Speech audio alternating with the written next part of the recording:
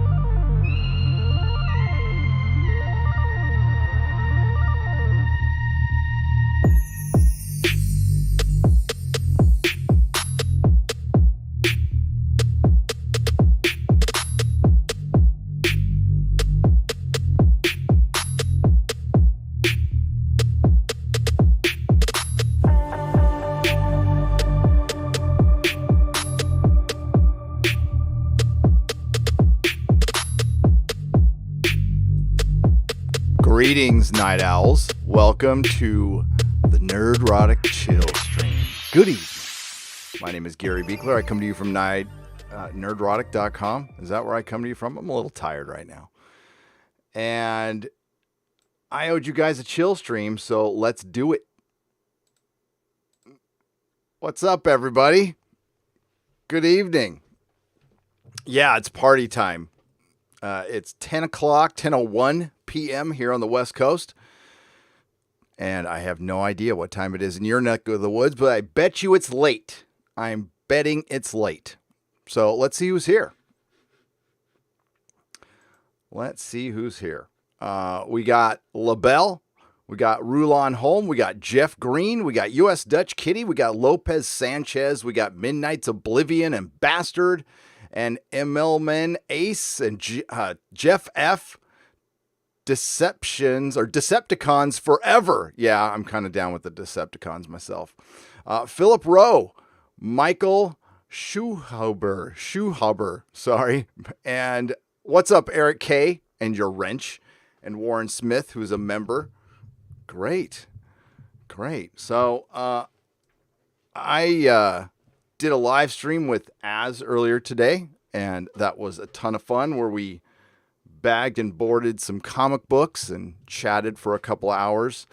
I worked on a video a little bit, and then I watched about 3 hours of Venture Brothers just because it's good and needed a little me time. Need to watch something good to kind of cleanse the palate of all the crap we've had this year.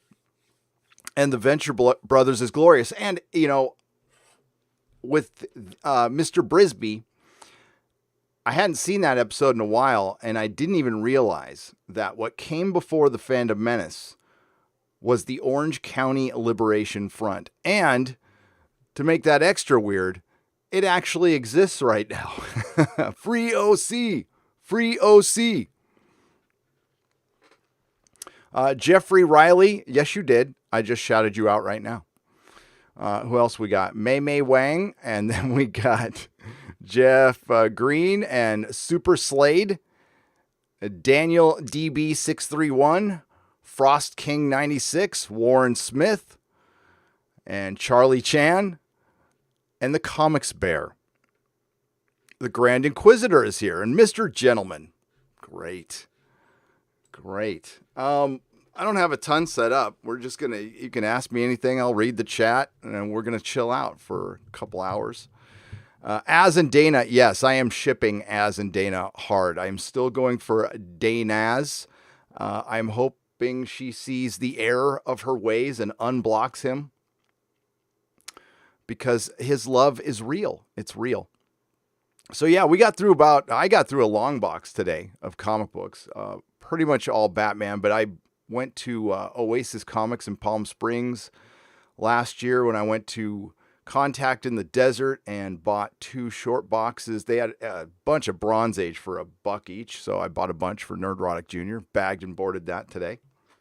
And I found these little gems in my Batman. I have some of these already, but this was part of that really cheap collection I bought. This is an amazing McFarlane cover right here.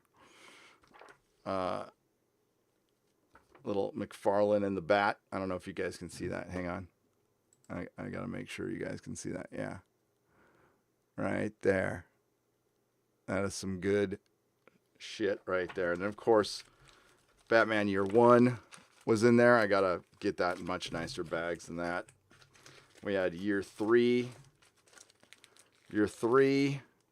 And, of course, we had some Death in the Family, which I got. That's a terror. See, that's what happens to your poly bag when it sits there too long. So definitely need to. That could actually damage your comic book. So we don't want that to happen. Let's put those right over here. Oh my God. So yeah, I'll hit the news tomorrow for the Nerdrotic Nooner. It's going to be back at noon tomorrow, but tonight I really want to take the culture war off this evening and talk about shit we like. We can get in some paranormal. I don't care. We want to make Lord of the Rings woke Gandalf. You cannot pass. Hell no. They will be coming for Lord of the Rings. There's no doubt about it. If you see the people who are involved in that show, there's a bunch of bad robot people. It's not looking good. The only thing we can hope for is it becomes so expensive that they decide to pull the plug. I don't know if Amazon's going to do that because they've got like $500 million invested in it. But apparently they scrapped the writer's room. So, but the good news is Shippy is there. But Shippy was there for The Hobbit, and they did what they did to Legolas. So, I don't know. All quiet on the culture war front, says Super Slade. I wish. I wish. Naughty Dog is still out there doing stupid. Oh, Sony is. And they're just not letting this thing go. And what did I say? What did I say in Friday Night Tights 2 weeks ago? What's going to happen when you kick the hornet's nest that's YouTube is right now, a lot of us have a lot of time in our hands to be little super sleuths and start digging around. And there's a lot of good stuff just out there on the internet that it's easy to find. Old videos, old articles, and we start digging up stuff together, and it's better than 60 Minutes, man. Well, 60 Minutes is dead anyway, mainstream. But yeah. But Gary, the culture war never takes the night off. These people are freaks, says Lisa Roberts. They are. They don't want us to relax and enjoy our escapism. So they will invade every major franchise, but thankfully they won't think about something like the Venture Brothers. And, you know, as long as that's been on, it takes these 2-year breaks. It doesn't get affected at all. It doesn't change at all. It's not politically correct at all. It's got Girl Hitler, for Christ's sake. Girl Hitler.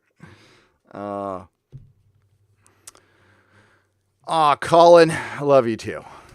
I loved you on Az's stream today. Where are you getting your bags and boards? Looking for an inexpensive place since I have thousands of books to bag and board. It is tough to find them, LK, inexpensive. I was able to get them through my shop. I still have a bunch left over from when I left the shop because I knew I was leaving, and the Mylights are very expensive, but you don't ever have to buy bags and boards again. That's the last time you ever have to buy them. You never have to replace them and go through it. So it's kind of worth the upfront cost.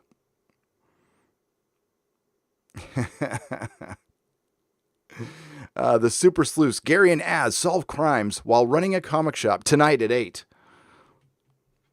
That's right. We'd be a pretty good buddy cop duo.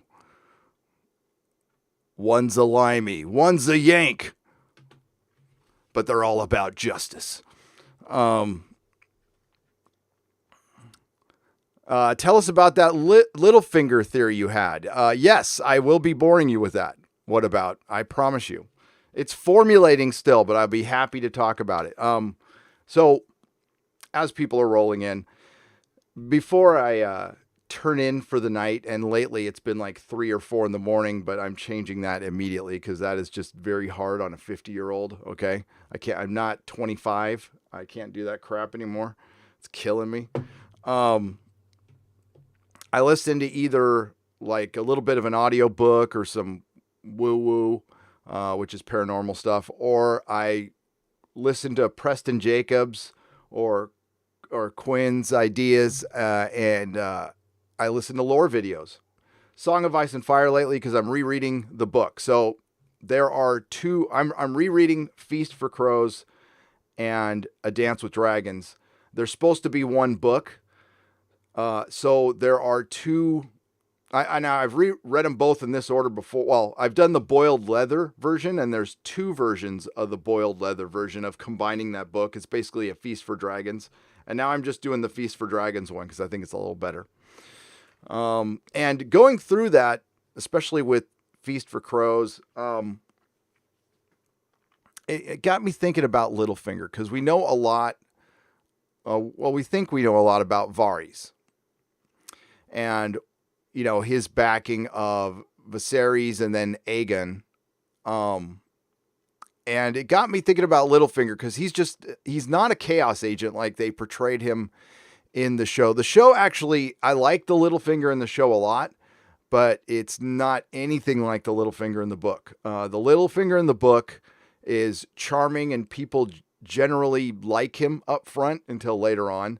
They don't see him as this big threat at first, and that's why he's able to manipulate so much and basically start a war and almost be solely responsible, him and Varys, with screwing up Westeros. And I've always seen Varys and Littlefinger as the gods. They're the ones setting the table, manipulating anything. And it got me thinking, is Littlefinger really working on his own? And I saw a video where Preston Jacobs talked about the possibility of Euron Crozai, the Shrouded Lord, and possibly the Corsair King, who's just a character I was talked about, working together to bring the long night. And I'm wondering if Littlefinger is part of that plan. I've listened to a lot of Preston Jacobs. So his big theory on A Song of Ice and Fire is there's no real magic, although that's completely flawed because of the shadow babies that Melisandre gives birth to. And he thinks everybody's just telepathic. And he bases all of his stuff on reading George R.R. Martin's previous work, which he does borrow a lot from. But I don't think that's the case. I think there is real magic. And I do think half of his theories are wrong, but they're very entertaining. They're very entertaining. So there's two theories I'm working on. So the first one is with Littlefinger and the possibility of his connection to Braavos and with the Faceless Men, and how he was able to manipulate the realm for so long and get so much money and put the crown in debt when nobody noticed it and he blamed it on Robert. He's just gotten away with so much. It's hard to believe that it's just one guy. And remember, his main motivation to begin with was love. And he was taught a lesson when he, because he fell in love with Catelyn Stark. And he paid for it. And that, he was able to get in with Jon Arryn, who gave him everything and he screwed him over. And he's the one, I believe, who leaked the whole, speaking of leaks, he leaked the Lannister incest to the entire council while Robert was still king, which then Renly found out, and then Stannis found out, and then Pycelle found out, and Varys found out, and they all went their separate ways, and nobody told Robert, and they were gonna, Jon Arryn was gonna rip Little Robin away from Lysa, So that was her motivation to kill him. So I get that. But I'm still trying to figure out what he has to gain. He doesn't have any bannermen. He's got money, but he doesn't have any swords or anything. And that's the one thing he needs if he wants to be king, or if he wants to just be the power behind the throne. It looks like he's trying through Sansa to get the North, to get the Vale and the Riverlands, which he can do through Harry the Heir. But I just think they're as the story has gone on, it's gone away from the political intrigue and gotten more magical. Magic has been waking up in Westeros since Daenerys and the Comet. So I'm thinking he might be one of the agents who wants to bring in the Long Night, and maybe he's working with the Faceless Men because he has a connection to Braavos. His family, his dad, his father was Braavosi. And we still don't know what the Faceless Men want with Arya. They seem to be letting her get away with a lot because everything they tell her not to do, she's still being set up to kill the people she wants to kill. So I think there's something up with Littlefinger, and I think he might be more than just a dude who's manipulating everything. So I think there might be a supernatural element to Littlefinger. I might even do a video on it on Nerdrotic Live. The other theory I'm working on is Darkstar. Darkstar. So I think Darkstar is, I don't know. I was rereading the chapter, and he's a Dane, of course, and a cousin to Sir Arthur Dane, who was supposed to be the prototype for the gallant knight, of course. And that's what George does. He, subverts tropes using history, and I'm still trying to figure out Gerald Dane a little bit. And I'm wondering if he's not all Dane. Like if he's there, I don't know. There's probably major flaws with this theories, but I'm wondering if Darkstar might be a Stark bastard. I got to look into that some more, though. I do. I've read the books too much, to be honest with you. But unfortunately, my memory is Swiss cheese, so I retained stuff for a couple of years. That's all I can say. I took a lot of hallucinogens in the 80s, and it really does affect your mind. It's not good for you at all. Even if you take them when you're young, and you can recover from these things. There were nights I took way too much, and I saw God and multiple realities and all kinds of crazy shit. So all in the parking lot of a Dead show. I went to 11 Dead shows, and I never saw the band play once. I never made it out of the parking lot. They would play Irvine Meadows all the time, and they play multiple shows. So we drive up there from North County, San Diego. It's not a far drive. It's like 50 miles. And we knew every time the Dead was even close, then we can get some acid. And you could just go in the parking lot, and it was easy. There was no cops. Mr. Insanity for $4.99. Hail, here is some coffee money for you for the next late night chill stream you hold. You always bring the best videos and live streams on YouTube. Wow. I hope I live up to that tonight. Because to be honest with you, I was like going back and forth. I'm like, I'm pretty tired, and Venture Brothers is pretty good. And then Mrs. Nerdrotic came in and told me to do my chill stream. See, she's got your guys' back. She does. She's my strong, powerful female lead. Gary, Arizona governor lifting ban May 15th, move to Arizona. Jeff Green for $1.99. I might because, for example, if I was living in LA County right now, I'd be packing up my shit and moving. So, I don't want to get serious, but here's my stance on this, because I think we can find a happy medium. We absolutely need to be safe. This is real. It's not fake. I talked to a medical professional who was working in this in my member stream, and I'm not going to say too much other than I learned some stuff that I didn't know. That was pretty serious. But that medical professional also said, we need to go back to work as well. But they said, this thing is pretty damn serious.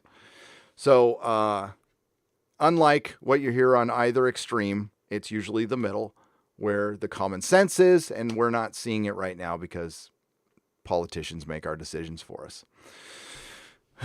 But I hope you are safe where you are. I hope your Grammy, if she is still around, is safe, and Grandpa and Mom and Dad, if they're elderly, and if anybody's at risk, please be safe and don't do anything crazy. But we need to feed our kids too. So there has to be a happy medium somewhere. But unfortunately, the apocalypse has been politicized. And it's not the apocalypse, let's be real. I'm being hyperbolic there. And yeah, hopefully we can just...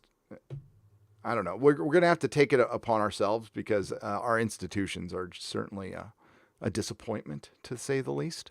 But we have each other, and that's why we have found each other here on YouTube, because we have been lied to by the excess media and the mainstream media, and we had nowhere to go. That's why I started watching YouTube. I couldn't stomach anything I was watching anymore. And ever since, I've said it before, ever since I've shut off the mainstream media, my anxiety is gone. And I used to have tons of it, but that's probably due to all the drugs. A year ago today, on May 12th. Oh, yes! Saruin of House Roundhead. And we still have time. Thank you for reminding me of this.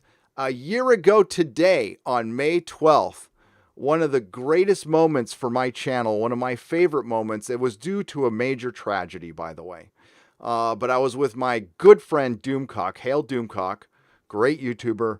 One of my, you know what? Through all of this, I've met all of you guys, and I've met some great friends. Doomcock is one of them. He is I hate to break character for him. He's a solid guy. He is straight up a solid guy. So is Az. So on May 12th, 2019, the worst episode of Game of Thrones came out. The episode where Dany burned down King's Landing. The Bells aired today. We went live. And that was confirmation that we had wasted 9 years of our lives watching a show that should have been the best show in history. And it turns out that the guys running it didn't know what they were doing half the time, and HBO surrounded them with probably, and this is where it sucks, because I put all the blame now, all of it, on Dan and Dave, not even on George. George effed up too, okay? But it was their show. They loved all the glory, but they surrounded themselves, HBO surrounded them with the best people probably ever to work in television when it comes to costuming, effects, cinematography, getting coffee. Okay, maybe not. Maybe leaving a coffee cup on the table was bad. You can tell things got rushed. And when we saw the documentary for The Long Night, you can tell that all their crew was overworked because they had to do everything. They had to do it. And I'm hearing this more and more with like Bryan Singer Productions. You would hear that he would leave the set for days and Simon Kinberg would have to come in and direct, or the second unit director would have to come in and direct. This stuff happens all the time. And it's almost a miracle if we get anything good. So, I used to believe that seasons 1 through 4 were absolutely 100% solid. And then I talked to Mahler, and Mahler opened my eyes on a couple of things towards the end of season 4. So now I'm going to say only seasons 1 through 3 were rock solid for Game of Thrones. Season 4 was Season 5 had a really great episode. Hardhome's a great episode. It is. Season 6 had a couple of good episodes. Season 7 was terrible. And season 8 was terrible. So, yeah. It was good YouTube, though. We got a lot of good YouTube. So, a lot of people have criticism towards yours truly and people in the Fandom Menace. But I kind of see us as making lemonade out of lemons. It's... we speak our mind, we vent, and then we laugh about it later. So I think that's good, instead of just quietly not admitting to ourselves that we're watching crap and this thing that we've loved for so long has gone to shit because people don't care about it, or they say canon doesn't count or some dumb crap like that. And you just, if it wasn't, it was like it was brought up earlier. Having our escapism taken from us, we feel it now. You really feel it now. And I see a lot of people, Mark Bernardin was talking about this on Kevin Smith's podcast, where people are going inward. They're going to what's comfortable right now because some people out there are scared. And listen, I'm not shaming anybody for that. If you watch the news, I don't blame you. I'm doing okay. I'm not genuinely worried about anything other than the economy and my kids' future. But as far as like my health or my family's health right now, I'm not worried. Worried about my mom, but yeah, it's but our escapism is so important. So that's why it was nice to watch 5 episodes of the Venture Brothers, and I haven't done that in a couple of years since I reviewed season 7. It was 2018, so it was more than a couple of years ago. I don't know where they're at with season 8. Hopefully it's coming out soon. It'd be great if they drop some Venture Brothers this year. Oh, that would be great. Yeah, because Hank is missing right now. Hank is gone. He put on his Batman mask and left.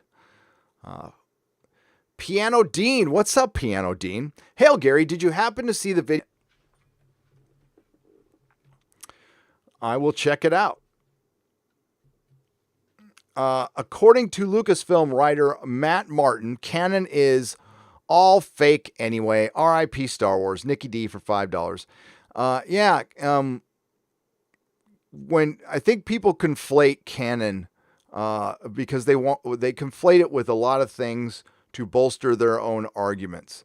We all have our head canon. We all have our different points of view on Star Trek, Doctor Who, or Star Wars, but there has to be a basic foundation, and that's what that's what I'm talking about, and that's what generally is wrong. So that basic foundation is Luke Skywalker was the hero that threw away his lightsaber, not in disgust in The Last Jedi, but to save his father. The one person in the galaxy when everybody else would have been kill Darth Vader. Screw this guy. He's lost forever. And Luke made a decision that was quite reckless when the whole galaxy was depending on him. But it was his faith, and it was through love. And he threw away that lightsaber. He wasn't going to go to the dark side. He wasn't going to take part in it. That Luke Skywalker, who held out that hope that his dad was, because he knew that his dad was conflicted the whole time. That Luke Skywalker, not the one that had a bad dream and was going to kill his nephew, his sister's son, his best friend's son. Please. Made by a guy who didn't care about that canon, and that was clear. That was absolute clear. So it's that foundation we need them to understand that when a hired gun, when an employee, when a contractor takes on a job working on something that a lot of people love, no, they don't have to honor them.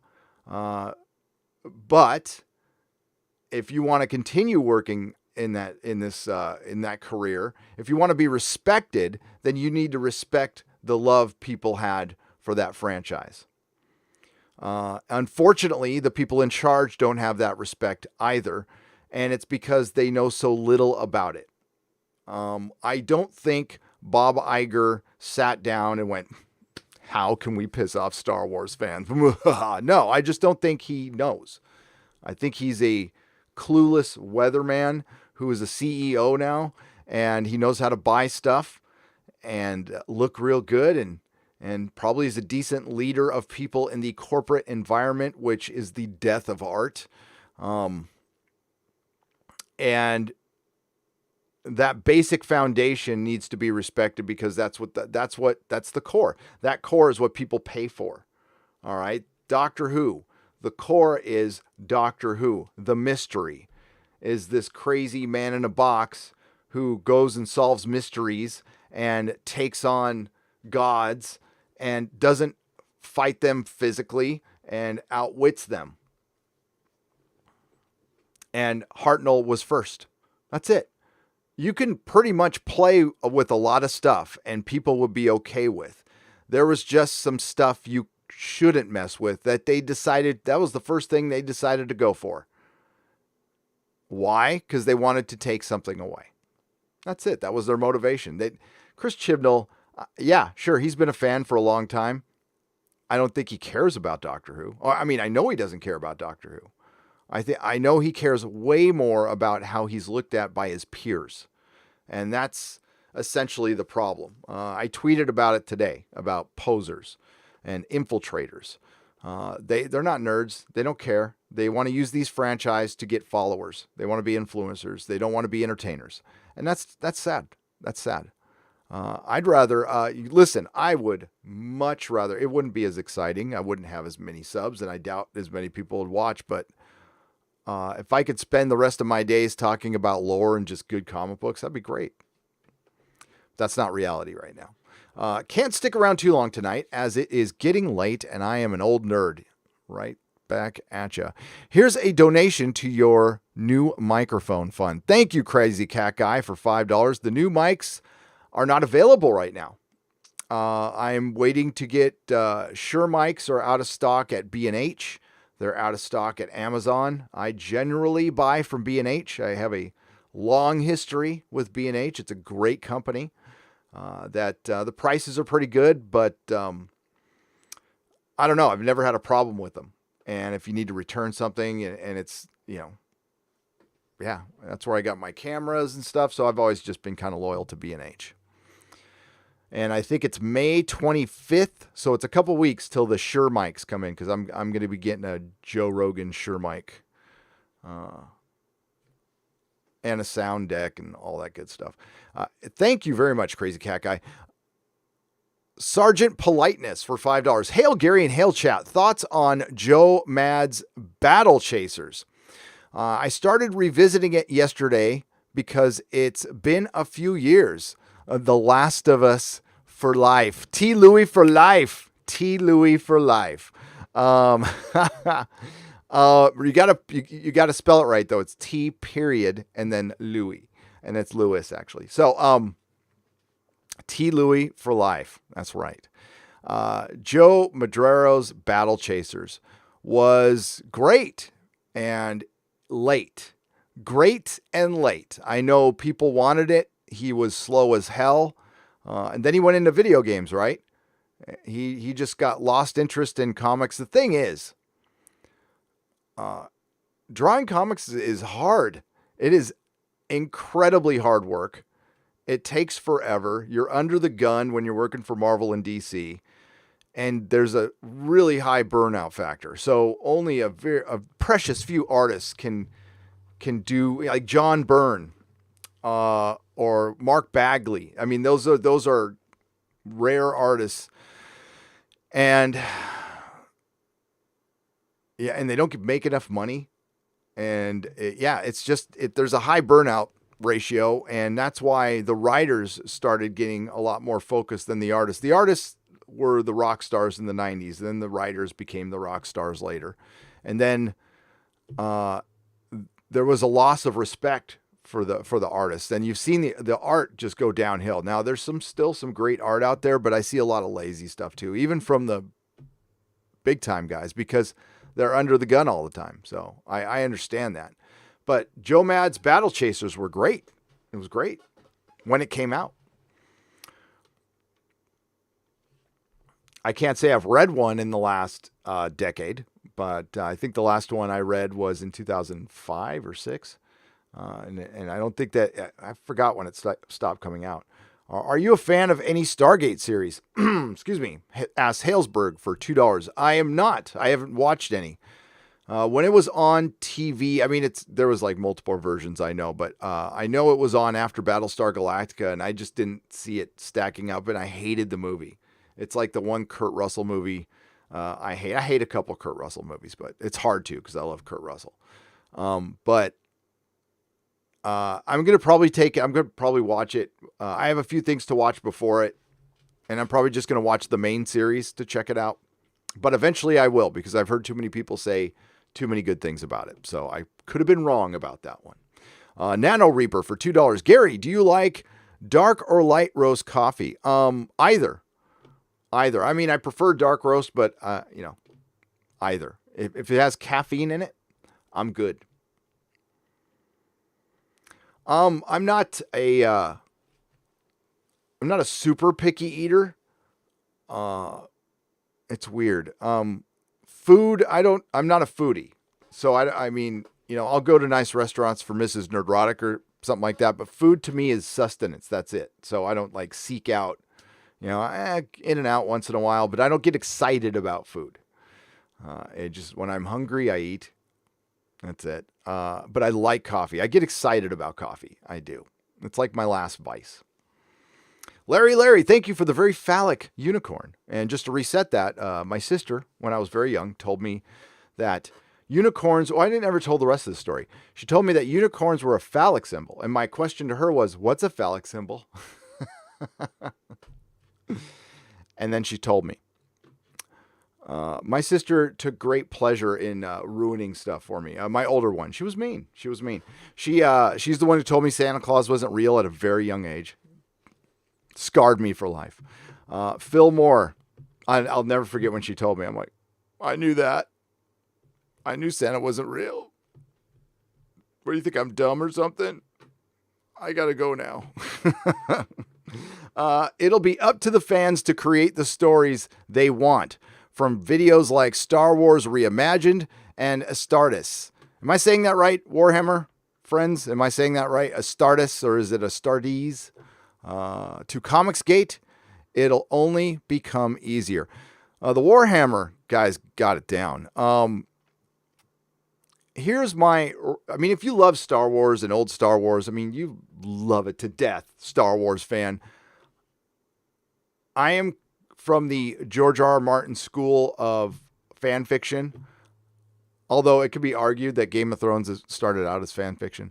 I think you should write your own stuff, even if it's straight up, from the Star Wars universe. Just rename everybody and make it your own stuff, because if it takes off, then it's yours, and you can make some cheddar off it. And I think there's a finite pool of creativity that we get to draw from, and that runs out. And I don't think it should be, I wouldn't call it wasted. I don't think it should be used on somebody else's property. I think you should use it, if it's your decision, on something original. And have your own character that you can take pride in. It's the difference between, being a director and working for Disney, or being an independent director and doing your own stuff. It's great. There's a lot of people out there who love to have the status of working for Marvel and DC, and that's something I thought I wanted in my life too. Okay, so I identify with that. In 2008, when the recession hit, the shop got hit pretty hard. The comic shop got hit pretty hard. So I had to take on a partner. I had to let employees go. I had to work more hours. At the time, I was gearing up because I wanted to do publishing through my comic store. I don't think I've ever told this story. So I owned a thing called Entropy Comics, which I wouldn't use now, okay? Because comics is an entropy. But Entropy Comics, and I wanted to do like horror superhero comics, and I was going to start out with gathering some of the artists that I knew at the shop, and we were going to do an anthology called Bone Grinders, and it was going to be just a horror superhero anthology, but it's all superhero horror themes. And we got some artists on board. We were going to do it. I was going to write one story in it, and then the recession hit. That got shit canned, so I was going to get rid of my publishing wing because I used to be inspired by Pacific Comics. So I had to get another job. I took on the partner, and I took a 4-month course at San Francisco State University called the Digital Video Intensive. And I already knew how to edit. I already knew Photoshop. I already knew how to use a camera, but I needed a degree. So it was the quickest way to get it. It was expensive as hell. Mrs. Nerdrotic flipped the bill for me, my sugar mama. And it was $10,000. And I took the course, and it was the only time in my life, honestly, I took school like seriously. It was film school.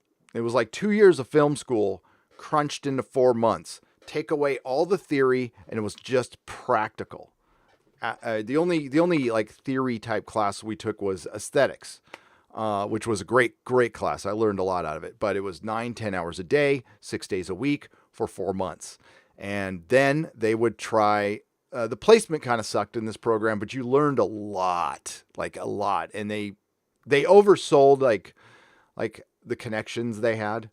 But they taught you a lot. So I took that course, and I ended up eventually working for Technicolor. Now, I got this job through a friend. It's about who you know. And I really thought I wanted, to work in Hollywood, work for Technicolor, maybe sell the rest of the shop and edit there professionally.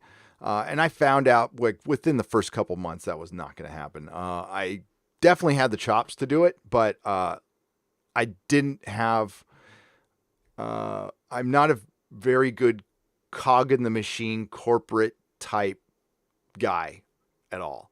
So I didn't do very well in the corporate environment, we'll say. I don't like passive aggressive corporate bullshit politics. So I ended up bailing after a couple of years. I did it for a couple of years. And it was fun. It was, part of it was fun, learned a lot, went back to owning my own business. And I think a lot of comic artists are now going to find out that they're, especially if they're top tier, like Sean Gordon Murphy and Ethan Van Sciver's doing that. If you got the chops and you can go out on your own, that would be preferable. And right now, I think if comics are going to survive, they're definitely going through a paradigm shift. It's going to survive through the indie market. Marvel and DC have seen their better days. Now, we did get good news. We got some good news from DC. Yellow Flash did a video on it earlier. It looks like 5G is dead. So there will be no Lucius Fox Batman. And since it was never officially announced, they can't get criticized by the blue check marks on Twitter. And they can change. They can change. Now, they can't do this on a dime, but we'll see if DC maybe revisits Rebirth, or at least tries to do something like that in tone. That might be good. Will it save the industry? I doubt it. Too much damage has been done. I really think the independent way is the way to go. So I think there's a lot of fun independent books. Plus, there's Alterna out there. There's a lot of great titles over there you can check out. Check out Peter Simeti with Alterna. Peter Simeti was getting stalked on Twitter for a little while. People will not leave that guy alone. I wish they would. But yeah, it's up to the fans. It's up to the fans. Zervine for $2. You think Jaqen Hagar infiltrated the Citadel? Was it Jaqen Hagar? Yes, I do think it was Jaqen Hagar because of his the description. What Pate saw right before he died was practically the same description of Jaqen Hagar when Arya first saw him.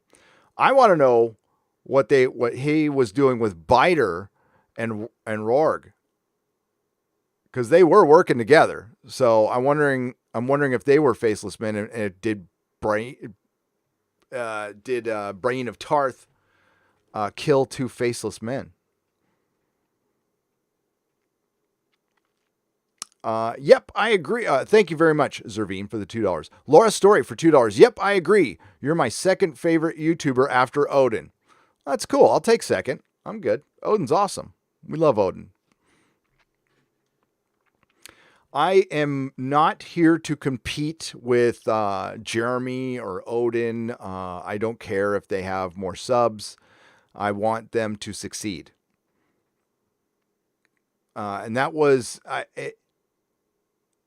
And I learned that through recovery. I mean, I'm a competitive person, but I don't have that need to win all the time. I just don't. I much rather just do my thing and be happy. It's good to, have like little competition, and it's good to not be complacent, and I'm not, and I take this very seriously. I do. I love what I do, so I take it seriously because it's fun. But no, I freaking hope Odin gets 1 million subs. I do. And Jeremy and all my friends. Yodam Darkstar, welcome to the Jaloja membership. I greatly appreciate it. Thank you. We're going to do a Australian members stream, I think, Thursday night. It's going to be late for our Aussies because they're on the other side of the world, obviously. And I've been asked a couple of times, and why the hell not? Chris Mead for $5. Hate to bug you. Why? I'm here. Wondering if you got my email about those Lord of the Ring LOTR wood burnings. If mentioned this before, sorry, I can't remember. No, Chris, I'll check. Hang on. I don't know what that is. Hang on. Let me check real quick.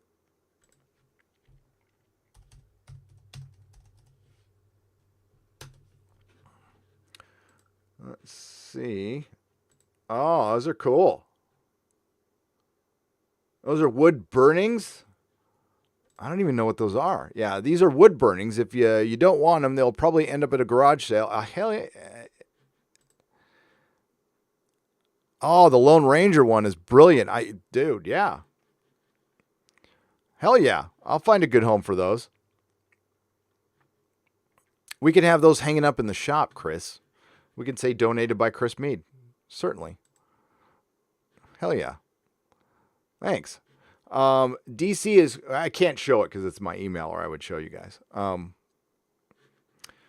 DC quietly canceled Woke G5 reboot and gave NPCs the finger. Yellow Flash posted video, so DC Comics might not be sold, so I guess DC got red pilled. Adam Wolford for $5. I wouldn't go so far as calling Hollywood getting red pilled, but we've gotten 2 good signs from DC now. Supergirl canceled, possibly getting Henry Cavill, comics turning around, but you have to remember Greg Berlanti runs the television division, and that is not going to turn around. That is going to be woke as hell. That is as SJW as anything. It is as SJW as SJW Marvel, and it sucks. We're going to get a Superman TV show, and I'm not excited about it at all. That sucks, and I pray he doesn't do a Batman. If somebody does a Batman TV show, I hope it goes on HBO, and his name's not on it at all. And Jar Jar Abrams is going in. So, I mean, there's good and there's bad about that. But as far as I don't think Jar Jar will have any influence on the comics, I hope. And that is my biggest concern. Imagine Disney buckles and George gets Star Wars again and retcons the new saga and dedicates himself to rescue what is possible, says Diego Flores for $16.90. George, I don't think he would do that. He's too old to do that. I think if he was a little younger, that might have actually lit a fire under him. But I'm not totally convinced that George is upset as we are as fans. Let's just say, I don't think he's happy with what they've done, but I don't know if he's as unhappy as we are because he still has Disney stock. He's still showing up on sets. I know he regrets the decision, and that's going to go down as one of the worst decisions of all time. One of the worst business decisions of all time. George Lucas, who, love him or hate him, was an innovator, technical innovator in Hollywood like no other, a genius when it comes to that stuff. But he made an emotional decision and sold Star Wars to the devil. And that's why I was busting up when I was watching this. There's a Venture Brothers episode. If you've never seen it, it's hard to explain. But they encounter a Mr. Brisby. So Mr. Brisby is supposed to be Disney, and he's got Brisby Land, and it's got a bee instead of a mouse. And there's a Dr. Venture's 2 kids get kidnapped by the Orange County Liberation Front who want to bring down Disney. And they're just, they're like suburban moms and dads of Orange County who don't like how Disney's encroached on their malls and their Applebee's. And it's hilarious. It's hilarious. And it made me think of the Fandom Menace. And I'm like, oh, the Orange County Liberation Front is kind of the Fandom Menace. And the leader has a big orange on his head, like in the thumbnail. And they have uniforms and they're all free OC. And it made me think about, all the protests at Huntington Beach. I was just cracking up. And I'm like, I never thought there would be a Orange County Liberation Front. And I never thought I'd agree with them. So there you go.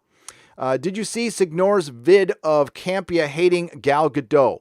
I did not, Jedi Knight. And hello, Jedi Knight and friend of Alita. It's good to see you for $2.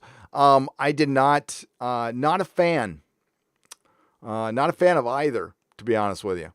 But I didn't mind Signor at first. But I don't hate him or anything. But just not. Just not. He could totally exist though, and I can believe. Why would Campia be hating on Gal Gadot? Was he hating the decision to bring her on as Wonder Woman? I'm trying to think back how I felt about it. I don't know. I thought she looked all right. I thought she was a little too skinny. That was all. I think that's probably what I said. Is she's too skinny. But she ended up being great. The question is, you can hate on somebody, but then if you see the movie and you actually like it, can you admit that you were wrong? That's all. I think Mr. Campia has a problem doing that. I see my friend Tom is in the chat, so I think he has a little problem admitting he was wrong about something. Shit, I'm wrong all the time, but that's all right. I have not seen the video though. I'm not into the YouTuber on YouTuber stuff. Unless it's memeology. Newer to the channel. Love the content. Question for you. Deep Space Nine is my favorite Trek by far. Interested to hear your thoughts on it. It has... Okay, so when Deep Space Nine first came out, I hated it because it was different. And change was scary. Then I learned to like it over time, and now I would rather rewatch DS9. I tried to start a rewatch, and then I got sidetracked. But I'd rather watch DS9 than TNG right now. Now, the original series is by far my favorite, like by far. But DS9, I like more than, well, especially since Picard came out. My whole outlook on Captain Picard is, he's my least favorite captain right now. The show completely, and you know what? It was the motivation behind it. It was Patrick Stewart being into destroying his own character. I'm like, so it'll be a while. It's not going to ruin it forever. I can probably go back and watch TNG again, but no, DS9 was better, and may it never get touched. May they just leave it alone. And you got to credit Rick Berman, a guy. Okay, so that's where I was wrong. I'll tell you right now. I was way wrong on Rick Berman. I used to be very critical of him. I thought Star Trek had a stick up its ass. I didn't like the idea of Enterprise being a prequel. Generally didn't like the show. I got talked into watching it all the way through. And yes, seasons 3 and 4 were much better. You're right. But it still was like mediocre at best. I liked Voyager. I actually liked Voyager. But I used to be very critical of him, and I thought he was stale and boring. I was wrong. I take back everything I said. I'm sorry. Please come back. I was dead wrong. Father Ancient Pinto for $5 Canadian. And that's, he just says nothing. He just says nothing, but he donates. Thank you very much. And Paul Gibbs gives a super sticker with a thumbs up for £2.99. Thank you. I appreciate it. So what are you up to, Tom? I saw you in here. I thought I saw you in here, Tom. What's up? How's it going? There's Tom. What's going on, Tom? I was checking to see if you said anything. So, yeah, where was I? We were talking about Star Trek. I'm Picard damaged. Like, I didn't even want to watch old Star Trek after that. I was so pissed after that. But we got some news today that I might do a video on. I gotta check. I gotta check the information. But I think we all said at one point that through desperation, Kurtzman's gonna eventually come for Kirk, and we heard a little rumor. Now, I don't know if the rumor came from 4chan. We got to question all rumors from 4chan because remember, they planted, and they being some insecure YouTubers have been, or some insecure people have been trying to plant information on 4chan to try to bait us into doing videos, right? So, they muddied the waters a little bit. That's nothing against the angry Mr. Fibbles. He just posts stuff on Twitter. It's not his responsibility, and no shade on him or her at all. But yeah, there's a rumor that they might bring in Kirk to a possible Pike series that they're calling Star Trek Enterprise. For real? See, that's where I'm like, what? I guess you could now. You could continue the series. You could say you could call it season 5. I guess you could. You could just new cast, new crew, but it's the same series. So I guess you could do that. Call it season 5. That would kind of make sense. And they would bring in a young Kirk, and they want that kid from The Mandalorian who, it's a curious choice for Captain Kirk. We'll just say that. I'll leave it at that. What I heard, I can tell you what I've heard. When I run with rumors from Star Trek, it's usually in live streams. I rarely make videos about it nowadays anyway. Like if a rumor's really good, I'll run with it, but honestly, I would much rather talk about what's happened and just give my opinion on it. Because I don't want to become reliant on rumors. If that's like the only thing that brings people to the channel, and if that's the only milkshake that brings the viewers to the yard, then you have to become reliant on that, and I just don't want to do that. It's not like there is a shortage of rumors. There never is. There never is. So if you want to do that, that's probably a good way to grow a channel. Where was I? Okay. There he is. Or she. So it doesn't look like, and this is just me, it doesn't look like CBS is going to get bought by Netflix. It looks like they're restructuring everything and they're rebranding. Viacom or CBS All Access no longer exists, and it's going to be something else now. They're still in a lot of trouble. Section 31 has been just completely ghosted, so I don't think that's ever going to happen. And this Pike show is the last ditch effort, it appears. Hang on a second. Oh, and yeah, Lower Decks. Oh, that's funny. There's an ad that came out that Picard season 2 is going to be coming out in 2021. Well, that's obviously bullshit. I know for a fact it's not. If it comes out, it's going to be late 2022 at the earliest, possibly 2023. Is there anything else juicy? Oh, so yeah, I've heard that Picard season 2 is not going. It's not going to happen. I don't know about that. I could believe that because I don't know if Patrick Stewart's going to want to wait 2 or 3 years, but we'll see. We'll see. They brought on Mark Bernardin to do consulting. To do consulting, a consulting producer, kind of like Brian Cogman is on Lord of the Rings. So I don't know. I don't know why they continue with Star Trek. I just don't. It's beyond anger now, and it's just I'm honestly just kind of impressed how much they've stuck with something so bad. Wahoo Brew for $5. Hi, my best friend I've never met named Gary. Wide awake again and shopping Batman comic lots on eBay. Thanks for all you do. Hail Nerdrotic.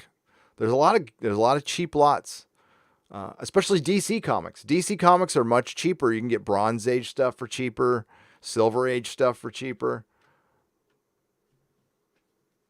Any news on Kraven versus Spider-Man? That would be the first I've heard of it. Father Anis is, how do you say that? Anisette Pinto for $2 Canadian. If like Kraven's Last Hunt, God, I hope the MCU doesn't adapt that. That's something that requires an adult Spider-Man who is married to Mary Jane, the real Mary Jane. I just hope they leave that alone because that's a perfect comic story. No, I haven't heard anything about that. Let me look. Doesn't mean I didn't miss it.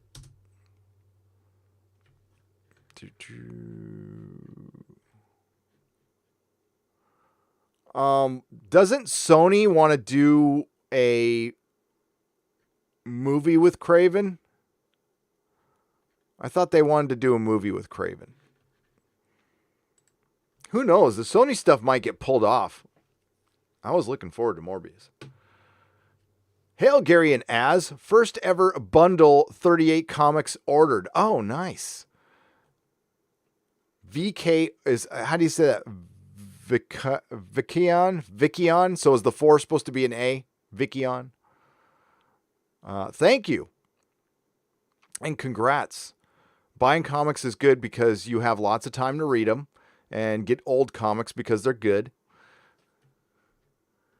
What's up, Eric K for $5? Fix Star Wars. Have Luke do a J.R. Ewing wake up from a bad dream. The last 6 movies gone. He's getting old though. George Lucas is getting old. So I think if the person who's going to fix Star Wars, they would have to, it might be Kevin Feige. When I saw that, I forgot who the interview was. It was somebody somewhere at Marvel. Kevin Feige came out and said he's a bigger Star Wars fan than he's a Marvel fan. And he came out and admitted that like he has knowledge of Marvel, but it's not like he was a lifelong comic book reader. So I think a lot of people get that mistaken. And he says he's got a bigger Star Wars collection than a Marvel collection. And that sounded like somebody who wanted to take over Star Wars. And he might see it as a challenge. He might feel like I've kind of done all I can do with the MCU and he's going to hand it off, which I think he's going to do. I think he's going to eventually, I think at the first sign of trouble, if I was him, I'd have left already. After Endgame, I'd have gone, okay, I'm done. And he would be a legend. An absolute legend if he walked away right there. Hail, Gary, have some coffee on me. What's up, 3D Trekker? I was thinking about you today. I was. How's it going, 3D Trekker? I hope all is well. Route 69 for Australian $2. DS9 is too dark, was a shift in the wrong direction. I think it was okay by itself. But it does seem like they've been wanting to emulate that from that point on. So I liked it as an independent story, not as a paradigm shift for Star Trek. So I'll agree with you there. Star Trek doesn't work all dark and gritty. It's no longer Star Trek. And the Trekkies can argue with me on that one all day long. It doesn't work for me. And it doesn't work for a lot of people. And it doesn't appeal to the masses. Star Trek has shrunk. It hasn't gotten bigger. It's shrunk. And it's getting old. I was at Star Trek Las Vegas. Tom was at Star Trek Las Vegas. And there wasn't a lot of kids running around there. And there wasn't a lot of 20-somethings running around there. Average age, 40s. Easy. Duncan Egg, Tin Hat Theory. I believe Dunk force-fed Bright Flame to drink the wildfire Think about it. Dunk is a peasant defeated a crown prince, and Bright Flame is crazy. Someone like that would never forgive and never forget. Ooh. I gotta think about that one. I know Dunk and Egg. I mean, it's brilliant to read those, and it gives you. That's the genius of George. Each chapter tells multiple stories. There's always a character going through an action that carries you through the story, and then that character is musing about another character or seeing a palace of sorrow, and then they give you the background on that. It goes beyond world building to some other different level. And that's why I like the Dunk and Egg books. I got to think about that one. Now, I don't know if we'll ever see another Dunk and Egg book. The next one is supposed to be the She-Wolves of Winterfell, and we still have to see what happens to them at Summer Hall. Thank you for the $19.99. Roger P. for $5. Have you read the DS9 relaunch books? I have not. Well done. Cisco Returns. Tie-in with Parasites from TNG. Oh, really? From TNG Season 1. Conspiracy. Garrick is big. He leads Cardassia. Really? Those sound kind of cool. As long as you feel like it was worth Cisco coming back. Doughboy, the sequel, $5 Australian. Greetings, Gary. Did you ever watch a cartoon called Ulysses 31? I did not. Very early 80s. It was great. Let me see if I remember it. I mean, I was 11 in the early 80s, 10, 11, 12. No. This doesn't even ring a bell.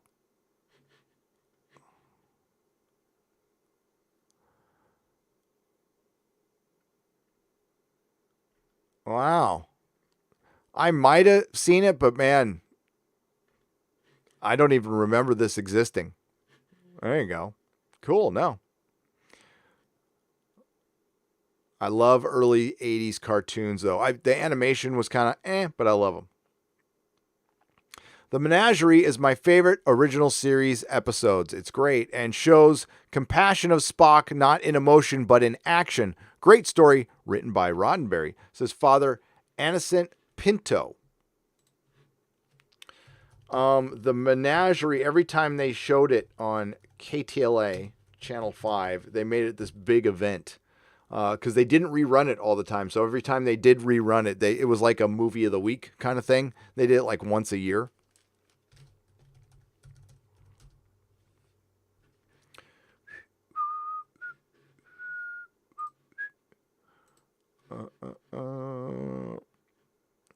Adam Wolford for $10. Hey, check out Arc Warhammer where they review Astartes. He said it breaks some lore and how they are made. 2 hearts, 3 lugs. Audible book called The Hand of Darkness. Someday I'll dive into Warhammer, but it will not be this day. Adam Wolford, thank you for the $10. I'll remember the recommendation. I have so little time to embark on a whole new world. I'm rereading A Song of Ice and Fire. I'm watching Venture Brothers. I'm watching Buffy again, so I can eventually do that live stream with Mahler if he's still up for it. And I'm thinking about, I don't know if we're going to do every episode, but what we'll do is Mrs. Nerdrotic and I will watch like 3 or 4 episodes, and then we'll review it on Patreon. Let that be an exclusive for a little while, and then bring it over to Nerdrotic Live. Might do individual episodes. I don't know. We got time. Oh, I hope we don't lock down till July. I can't do it. We're already planning a road trip. Now, I said, once the lockdown is off for everyone, I'm probably going to take a week off and go on a road trip to the great American Southwest. So we're going to go New Mexico, Utah, Texas, Arizona. We bought a trailer, and it's nothing big. It's one of these little trailers that we're going to put in our backyard for like a guest house and an art studio. And yeah, it's a white trash guest house. Okay, that's my family used to do that. When I used to go visit my family in South Dakota, I used to stay in the motorhome. That was the guest home. That's how us Whiskey Tango do it.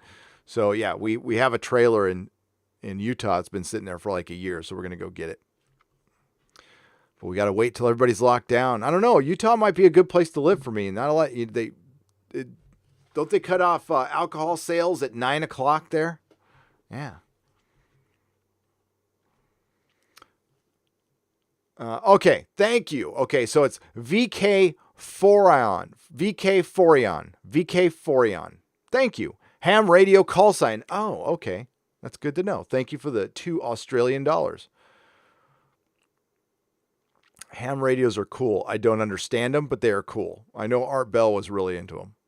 The Belgian Syrup Prince for £5. What is your favorite Marvel Comics crossover event? Mine is Acts of Vengeance. Greetings from Belgium. My favorite crossover event, by far, without question, is the Kree Skrull War, which is more of an Avengers thing. But right up there is Contest of Champions. Contest of Champions. It's a short one. It came before Secret Wars, and it was a 3-issue series, and I freaking loved it. Within the universe, a modern one. This might be my favorite now that I think about it.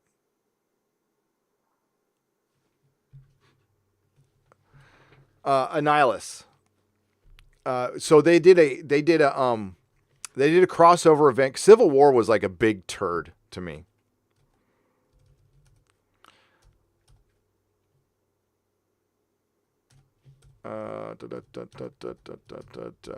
So Civil War. I'm sorry, dude. This is when you're tired. Annihilation.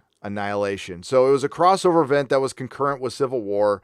And it had Silver Surfer, Star-Lord,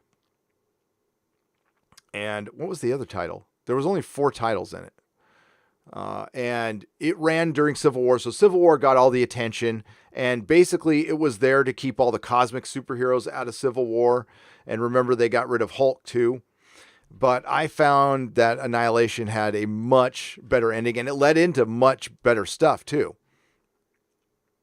And Nova, let me go get my checklist here. What was my checklist? It's not like I own all these books, but it's been like a decade since I've read it. So, yes, that's right. Drax the Destroyer, Annihilation Nova, Annihilation Super Skrull, Annihilation Ronin. I thought Silver Surfer was in that one. Yeah, Annihilation Silver Surfer. There it is. And Annihilation Heralds of Galactus, which you don't need to read. But you do need to read all of them, not just the main book. So there's a big lead up to that. And a lot of that stuff you see in the Guardians of the Galaxy movie comes a little bit from that. There was a Guardians of the Galaxy series that they relaunched right around that time, War of Kings time, that a lot of the movie borrows from that comic, from that series, and it's really good. Sent a DM on Twitter with a link article. I laughed so hard when I read it. Makes me wonder what the hell they're thinking. Well, what article was it, Mr. Oh, hi, Beckstar. I'll check. Hang on.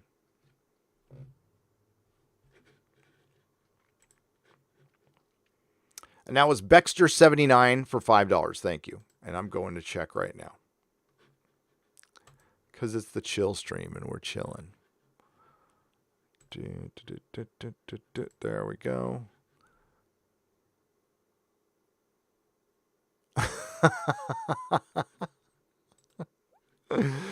Oh.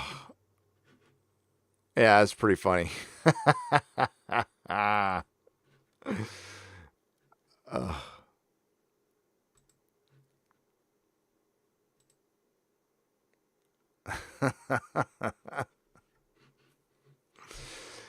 uh, sure. Hey, there's a bunch of Emmy nominations for Watchmen, so why not? I mean, awards are they are so useless right now. And I want you to think about, Hollywood and all the SJWs out there. They're always worried about what's the good look. That's not a good look. Do you think the Emmy Awards are going to be a good look after a big, long lockdown with millions of people out of work? Do you think we want to see Natalie Portman writing in all of the female key grips that were ignored for the Crew Awards for the next, Academy Awards? Do you think we're going to want to see that shit? Do you think we're going to want to hear them talk about how we need to fundamentally change our lives, radically change our lives, and rethink consumerism while we're looking for new jobs or thinking about having to close up, I don't know, for example, our hair salons because they were closed too long? And somehow hair salons and barbers have been vilified now because they want to go back to work, and it's seen as non-essential. And people forget that salon owners and barbers have kids to feed, and grooming is pretty necessary, by the way. Is it as essential as a hospital? No. Is it as essential as a bookstore? Sure, whatever. I don't know. I just don't think I'm going to want it. I was over award shows before I even had this channel. I just thought, I personally have nothing against rich people. I don't envy rich people. If somebody owns 16 houses and 5 jets, great. I don't care. It's no skin off my back. It really isn't. I don't think they're the devil. I don't think they're the cause of all evil. I think they're a necessary thing in an economy. And no matter what system you run, you will always have rich people and elites. I mean, they're just not going away, but they're fun to make fun of because they're out of touch. And, they get their asses kissed so much that, yeah, I get a great amount of joy making fun and mocking rich people, but I've got nothing against them or their money. So it's never about that. But flaunting it, telling us how to live, then I clap back at it. That's all. Because it's quite frankly, celebrities are low-hanging fruit at this point. They're pathetically sad, and they're over. The era of this, there's always going to be celebrities, right? But the era of the Hollywood celebrity is over. It's over, Johnny. There's no big movie stars bringing people to movies. There's no more big directors. Quentin Tarantino, a little bit. Chris Nolan, sure. But that's it. Chris Nolan might be the last rock star director. Think about that. Tom Cruise might be the last movie star, just like Jack White is the last rock star, in my opinion. Or was. I don't even know if he draws anymore, to be honest with you. But, yeah, that era is over. Now it's got to be about the story. And when we get a good story, we throw gobs of money at it. Joker was a good story. It also had the best accidental marketing campaign of all time. It became a cause. You see what happens, especially here in America. I can't speak for other countries, but I'm sure you guys are the same too. When you're told not to do something, you want to naturally do that thing. I do. I've never gone through a metal detector at a movie theater. Who would have thought within a calendar year, I'd watch people getting arrested on a beach for wanting to go to the beach, and I'd go through a metal detector to watch a movie. What's the commonality between those two things? The mainstream media. The mainstream media. For as irrelevant as they are, they still have way too much power. And we need to chip away at that immediately, as often as possible. Thank you, Becky. Yeah. Emmys. I have a feeling they won't win any or get nominated. But I bet you Watchmen's going to win a bunch. It's going to win a ton because that's what it was made for.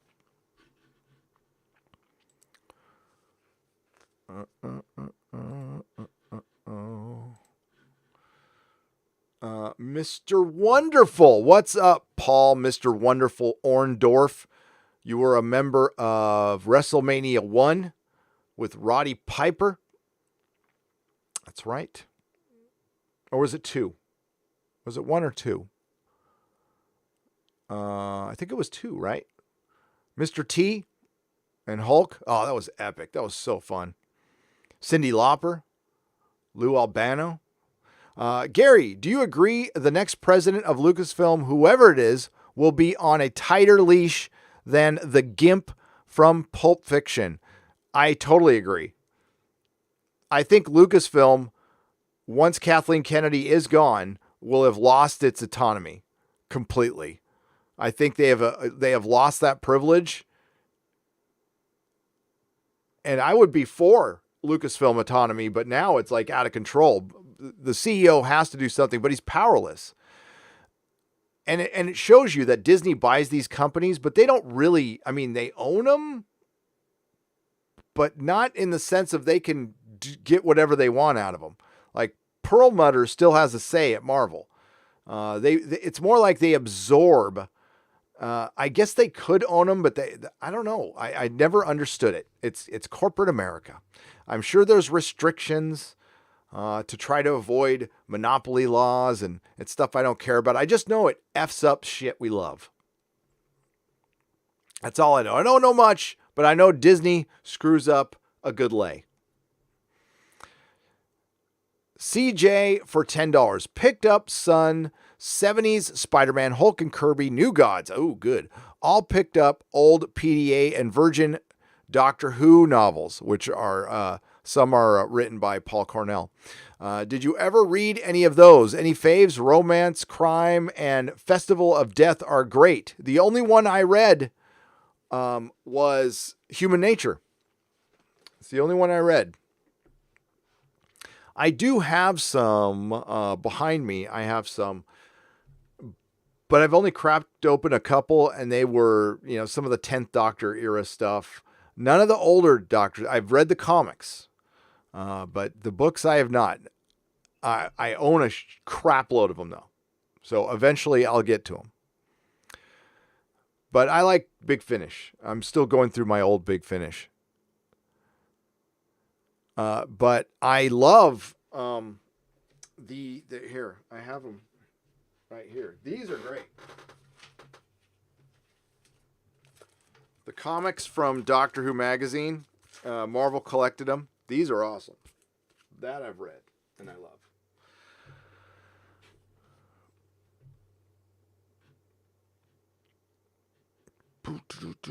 Nicholas Horton, lockdown here will begin to ease off over the next several weeks from Wednesday, says Nicholas Horton in the UK. Yeah, I heard you can start. They're going to start filming stuff in the UK again, and that's good.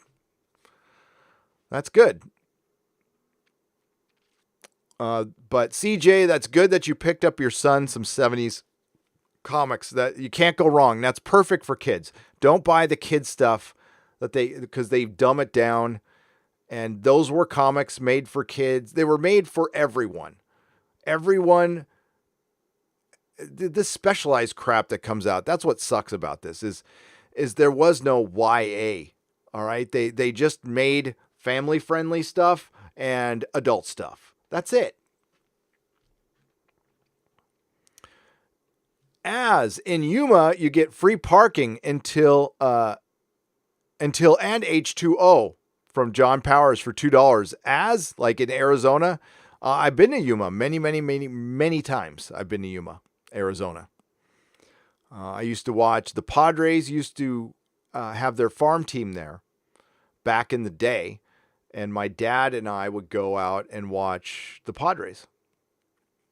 Yep, baking in the Yuma heat.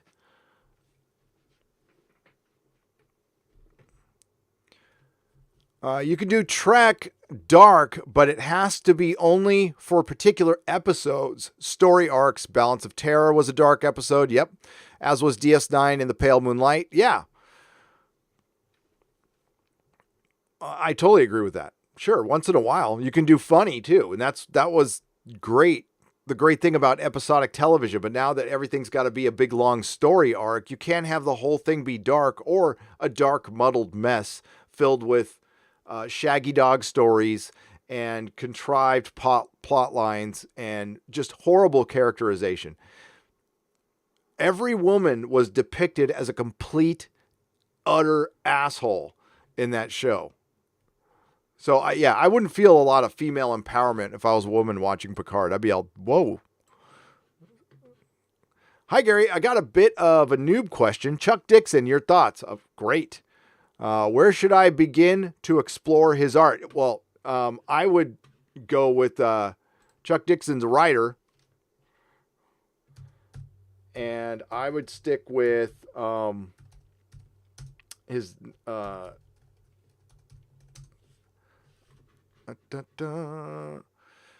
that's right. He created Birds of Prey. I would stick with his Nightwing series is great. But he's done a bunch of stuff. Let me get you his complete list here, because I don't know everything he's done. That's right. He created Birds of Prey. When it was just Batgirl and Black Canary. Oh, he worked for Eclipse too. But he has been on... Nightwing is the most memorable thing, and Punisher War Journal is good. But Nightwing is the most memorable thing for me. That made me like Nightwing. I didn't think much of him as a character until I read some of that stuff, and I didn't read that until I got to the shop, because I was almost exclusively a Marvel guy through the 80s and 90s. The DC comics I picked up were Superman, Action Comics, Batman, of course, Detective Comics, Teen Titans, and Justice League. I'll dip into Green Arrow once in a while, but just through the 80s and 90s, I was all about the Marvel. All about the Marvel.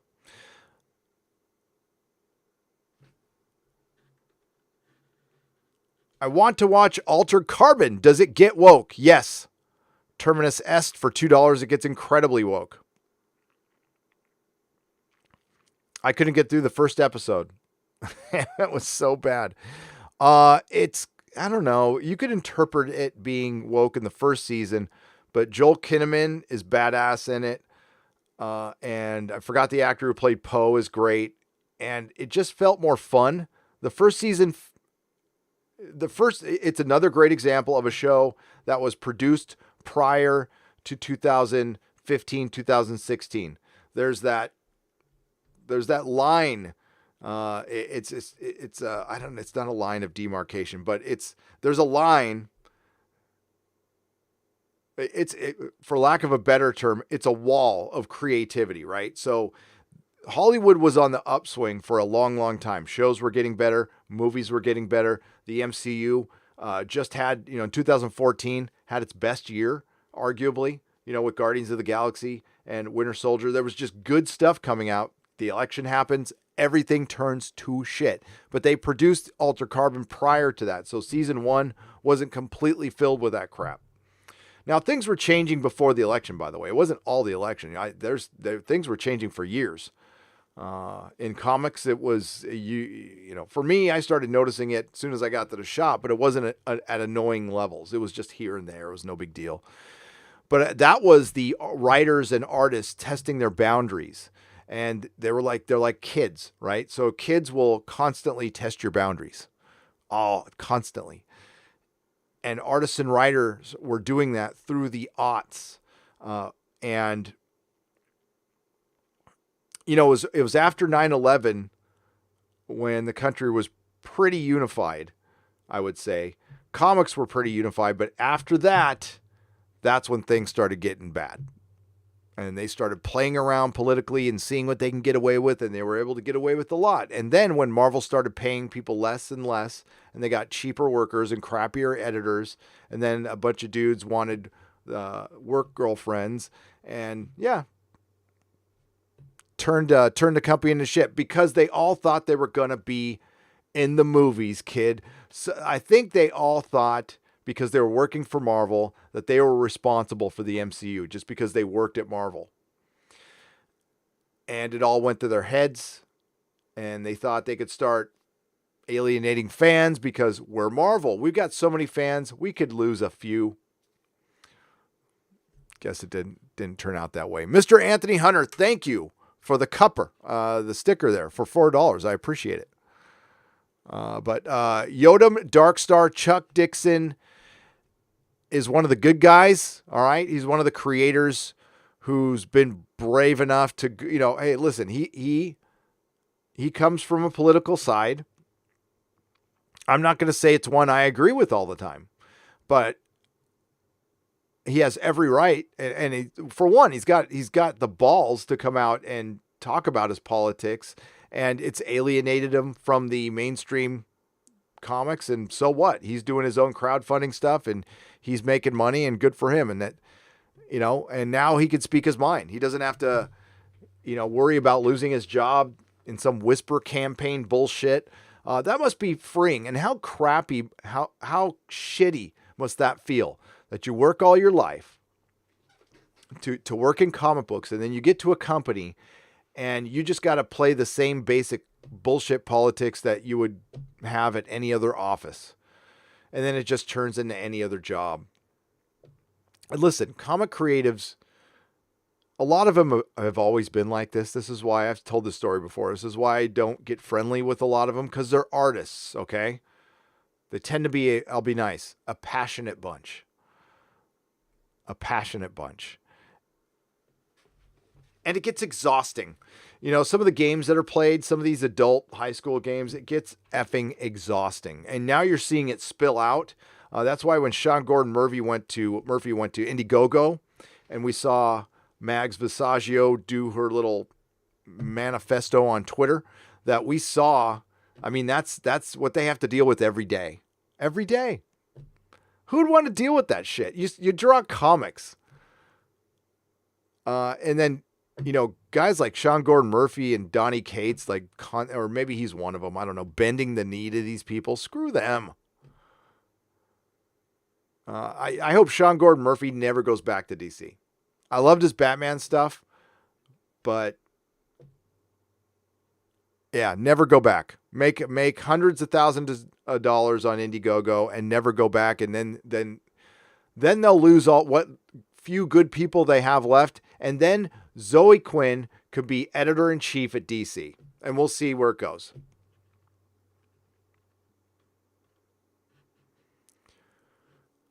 They hired Zoe Quinn.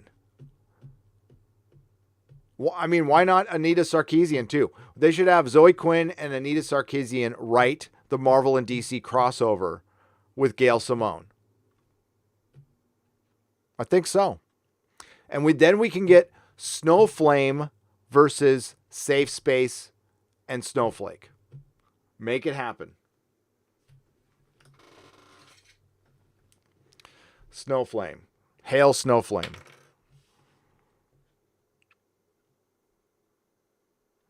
Hi, Gary. Wanted to give my thoughts on Trek. Current Trek tells us how bad we are. Old Trek told us how good we can be. Wow, that's well said. Exactly. It makes all the difference. Sean Carter, you're right. Well said. Absolutely. But you know what? There are some people who would just tell you you're wrong. The Star Trek you watched and loved for years, you don't understand it because they understand it more than you. We had some, I don't want to talk about other YouTubers. We got some guy out there who just thinks if you're on the right, you're just flat out an idiot. That's what he said. It's just political bigotry. And it's really endearing. It's such an endearing personality. Yeah. Yodam Darkstar, a little fist pump sticker right there. Thank you. Awesome. Right back at you. Okay, I got to. How am I supposed to say this name? Dixon gave us the mullet Superman era with all its crappy tales of moral relativism. Only thing worse from that era was Busiek's King Thor nonsense. The mullet Superman, I don't know. I didn't hate it. I didn't see it as total moral relativism.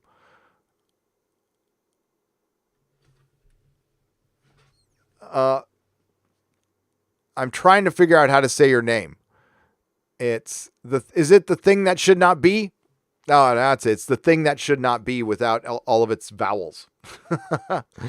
For $5. Busiek was, I don't know. I thought he did a good job on the Avengers. His Thor stuff bored me. It bored me. So I wasn't that into his Thor stuff either. As far as the Superman mullet era, I didn't hate it. I mean, I hated the haircut. I really hated the haircut at the time. Couldn't stand it. But it was okay. I didn't really see it as, I mean, I haven't read it in 20 years. I didn't see moral relativism in it, especially from Chuck Dixon. But his Nightwing kicks ass, man. Nightwing kicks ass. Cannot deny that. JPRPH1 for $9.99. Thank you for the sticker. I appreciate it. Sean Carter, welcome. Thanks for upgrading to Gandalf. Excellent. You will get to see a members stream. Now, everybody's got their different tastes, though. Like Neil Gaiman's Sandman doesn't do anything for me. I've never liked it that much. People love it, froth over it, think it's the greatest thing ever. Some of the art was brilliant. Don't get me wrong. Brilliant art. I liked the character. I liked the Endless, but I just didn't like Sandman. It was too, I don't know. I kind of, at the time, my description of it at the time was pixie and fairy dust bullshit. But now I love books of magic, but I didn't like Sandman very much. I know people love it, but I was just like, wasn't for me, but that's just me.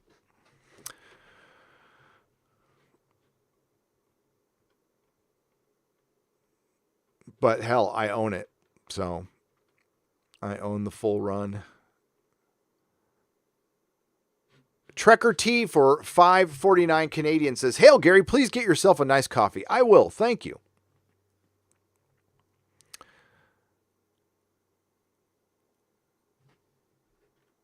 Michael Hulk for $5. Hail! It seems like if they don't come after the Lord of the Rings, the culture war will. Okay, let me say that again. Hail! It seems like if they do come after the Lord of the Rings, the culture war will be escalated to a nuclear phase. Thoughts? Also, favorite Batman storyline.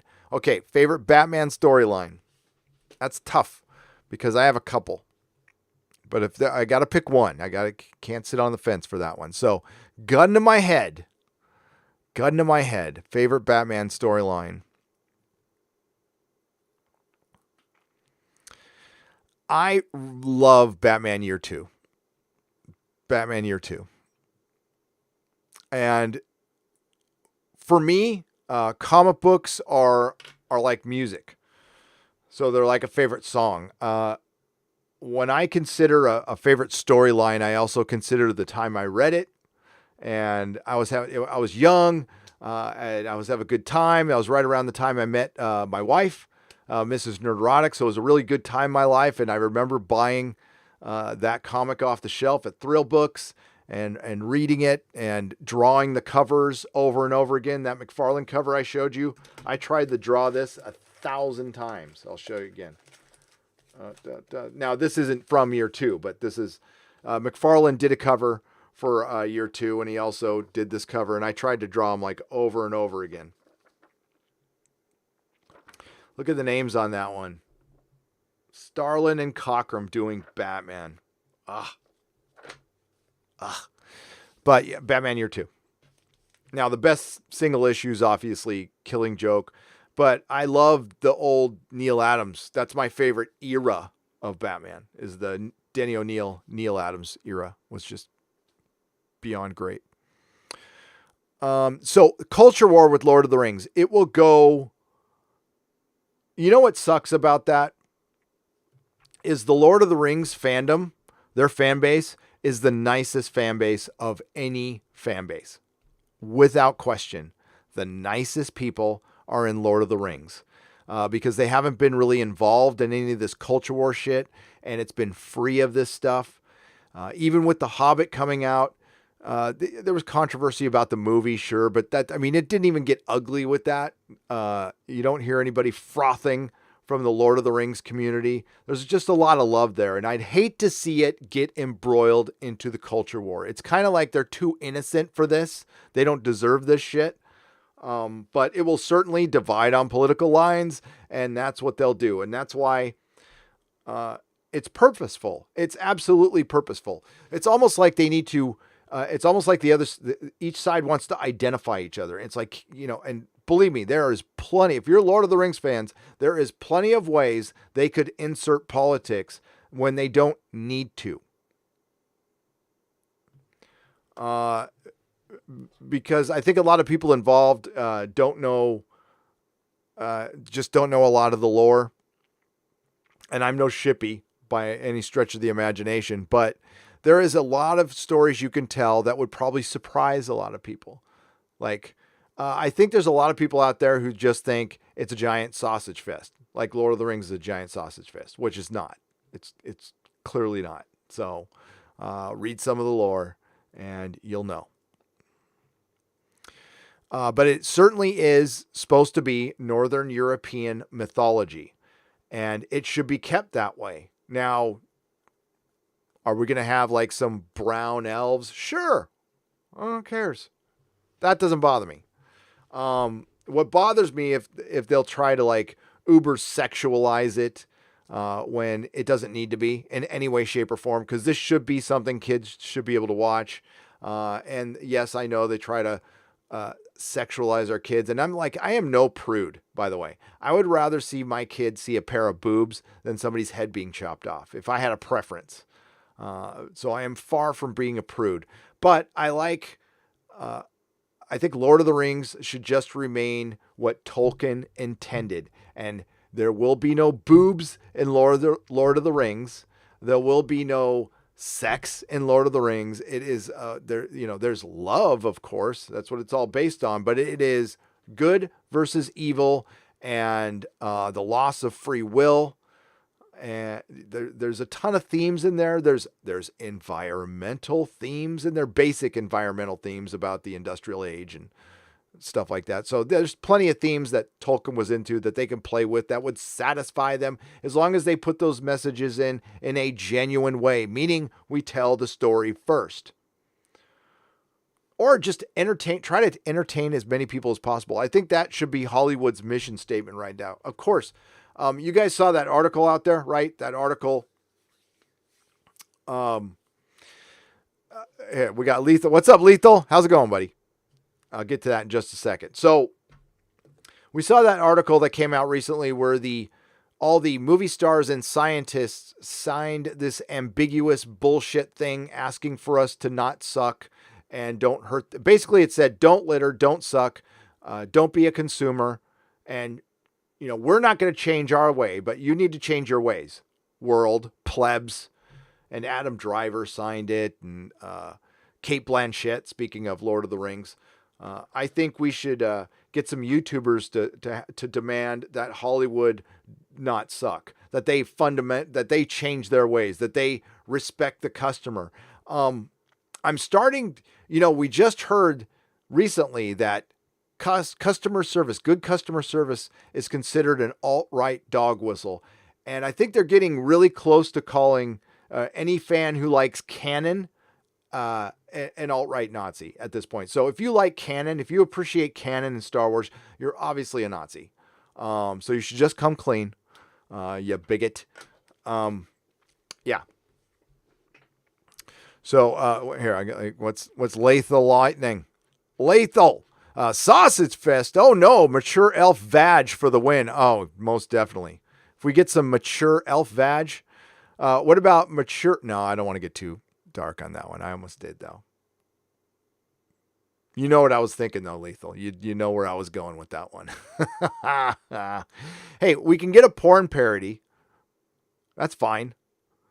Axel Braun. I'm trying to think of a porn name for Lord of the Rings. Oh. You don't have to change the name at all.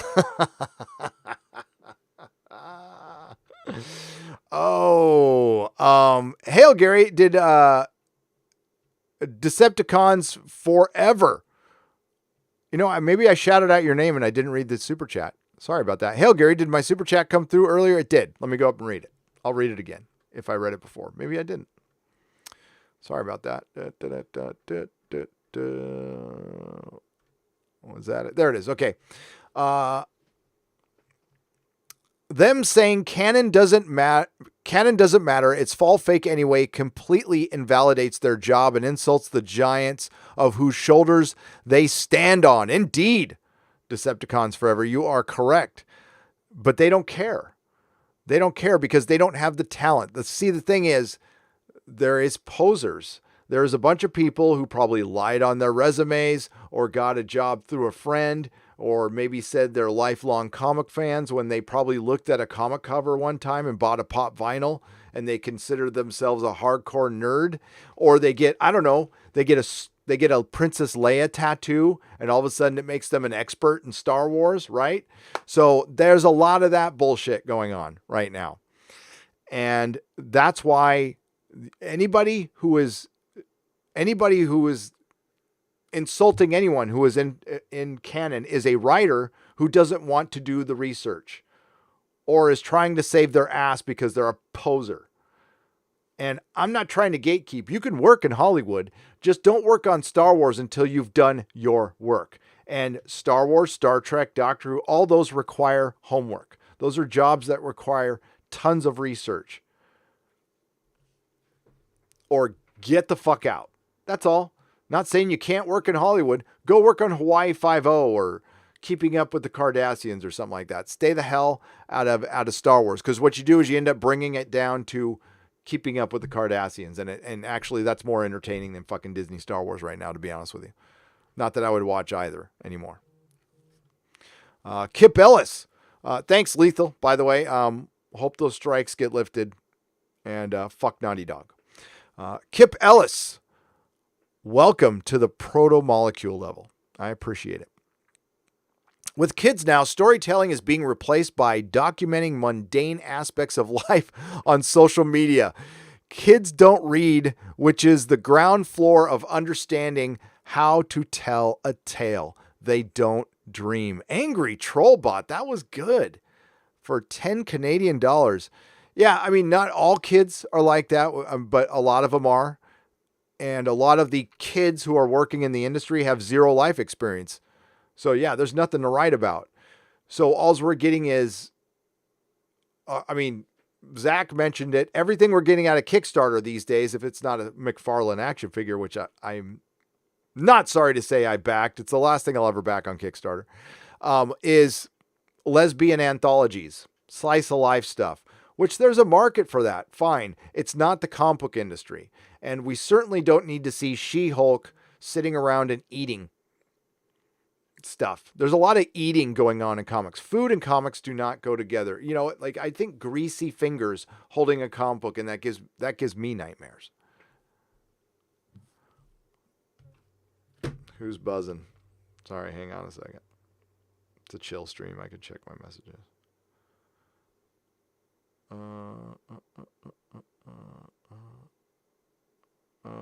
Okay. Nothing you guys would care about.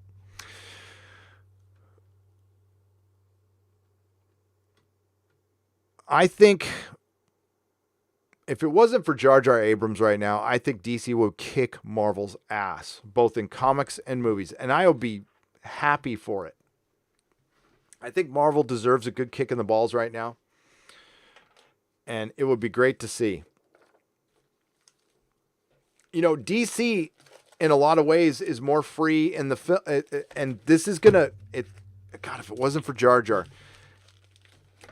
DC not being beholden to a set canon will allow them to tell better stories. They can tell multiple Batman stories at once, or multiple Superman, or whatever. They can do a lot of things that Marvel can't right now because they're in their phases, and that shit's gonna burn out. You're gonna see Marvel invent like a Max line for movies now, or an Ultimate line. It'll happen. Trust me. It'll probably suck too, but. So those celebrities who live above the clouds while us peons suffer at ground level, that's straight on Blade Runner. Exactly. It's Running Man. It's even, Hunger Games. I hate to use that analogy, but it is.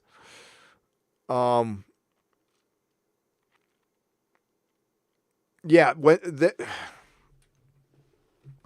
Adam Driver signing that, and he makes a bunch of money off of a movie that sells toys, little pieces, little blobs of plastic. But he's asking us not to consume them anymore? Okay, no problem. I think we've already been doing that. I think we're well on our way of consuming less Star Wars. I plan to consume none. Zero. Hey, you know what? The Mandalorian sounds like Katie Sackhoff. Phew, that's great. That's great. I hope the Star Wars fans really enjoy it. There are no fucks to give for Star Wars anymore. Route 69 for $2. DS9. Oh, I read that one. That's way old. Hang on. Let me get caught up here. Okay. So thirsty 8-year-olds writing and 60-year-olds Raylos. Okay. What is it? Thirsty 8-year-old writing and 60-year-old Raylos and woke Twitter propaganda pandering doesn't work for anything. Black hole generator. It doesn't. It doesn't.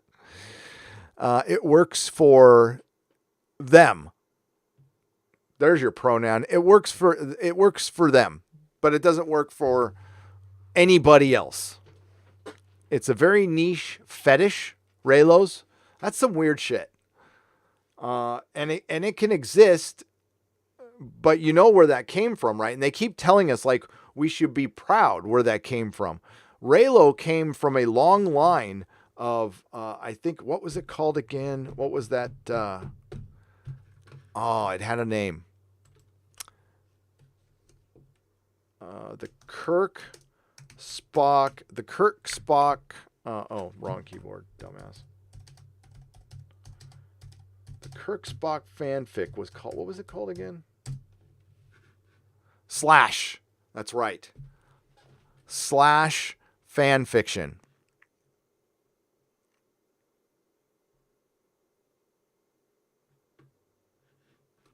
Yes, there was a lady who really wanted to see Kirk and Spock get it on because, I mean, she was basically the female Howard Stern who constantly wanted to see lesbians making out on a show. Well, there's a female version of that, and she wanted to see Kirk and Spock, and she was one of the people who gave us fanfiction. Now, fanfiction was actually happening long before that. There were little kids in Australia and the UK writing their own Doctor Who stories in 1963 after the first couple of episodes aired. So there was kids writing their own Flash Gordon fanfic in the 30s. So yeah, fanfic did not come from that. They like to say it is, but that fetish did. Yeah, certainly. It just, it's weird. And it belongs on Pornhub. That's where it belongs. Gary, in 1984, Hollywood had creatives that could hide the warning in their movies. The Never-Ending Story is a perfect example. The Nothing is Corporate US. Those without dreams, hope are easy to control. That's true. Well, yes. In the book, 1984, there is a lot of stuff happening in 1984. I'm surprised it's still required reading at our state-sponsored institutions, especially here in San Francisco. I'm sending my kid to a religious school, to a Catholic school. I'm done. I took a good look at the curriculum from San Francisco Unified School District, and no thanks. No thanks. When they are teaching our kids, and I'm not over exaggerating this, that Antifa are heroes, I got a problem with that. Sorry. I just don't see it that way. Call me old fashioned. Hell, some of them are probably in it. As a matter of fact, the guy who hit the person on the head with the bike lock was a instructor at San Francisco State, right? Yeah, I think so.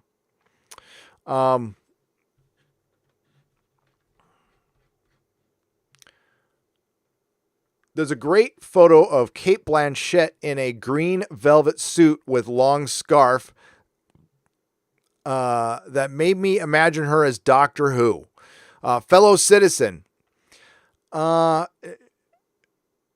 Yeah, I never saw her as Doctor Who.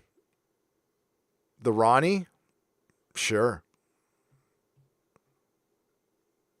Heroes, yes. Oh, yeah. Oh, I don't know. Maybe I've got a couple of pictures of what they put up on the hallways there. I had a very interesting parent-teacher conference. I sat down and told the very young teacher that, listen, they're good to my kid. Okay. My kid, he's special needs, and he requires a little more teaching than your average kid, and they treat him pretty good. But when it comes to, with creative writing, they had him do an essay on white privilege. So he didn't do that essay. He just didn't do it. We had a little chat about that. He wrote something else, and he got a good grade for it. Because I wasn't asking the teacher or anything. I went there and I told them, like, he's not writing this. He's going to write this. And you're going to give him credit for it, because you know what? We don't all think that way. And you can certainly think that way. And, I can't tell you what to teach in a class, but I can tell you what my kid's going to learn. So there. That's how it went. I think I was a little meaner than that, though. Mando Merc, let me see the first part of your message. Okay. I hate the type of fan fiction. I was doing research for my Halo fanfic, an old idea from years back that I decided to revive, and I needed some reference material for elites. I saw, and I'm going to the second part here, I saw some very odd and weird and gross fan art. I know, I now have a migraine. Yes. I got curious when Jeremy started chirping up about the Raylo stuff. Honestly, I heard of it, but I never looked at it. So I looked at it one night, and Raylos are weird. They're definitely weird. They can be into it. They can be into whatever they want, but that's who they are listening to. The only thing I've ever asked of Disney Star Wars is ignore Twitter as much as you ignore us. But they love Twitter, the platform that doesn't really grow. They love frickin' Twitter. I gotta move my comics before they get munched.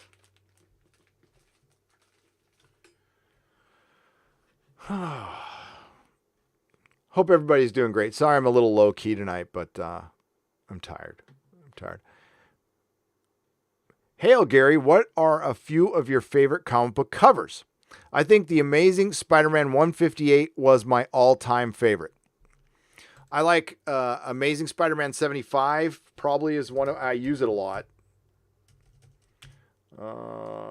That's a good one.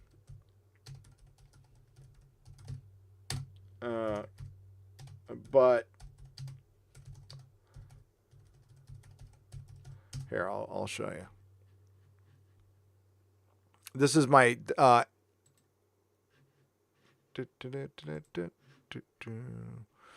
so I talk about this a lot. This is my all-time favorite run of Spider-Man. And it's written by my I would say my second favorite. I mean, Stan Lee's my favorite Spider-Man writer, but Roger Stern's my second favorite. All right, so Roger Stern is the shit. And this whole era, this was done by John Romita Jr., but you're not going to recognize it because Bob Layton was doing a lot of the finished art for him. But this is my, I can't show that. Hang on. Whoops. I hit the wrong thing. Boomer. You're not going to see a big picture of it, though.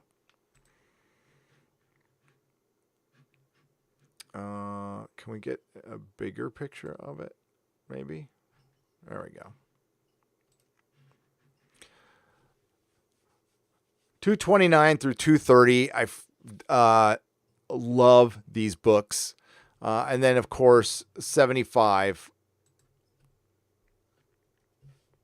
Here, I'll show you my other favorite Spidey cover.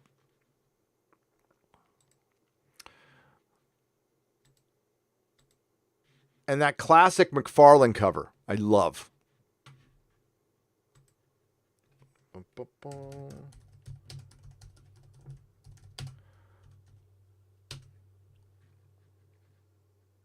Now, this is probably my favorite, though.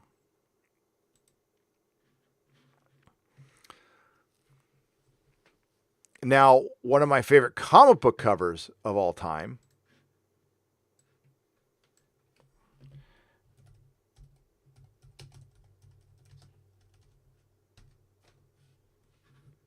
is this.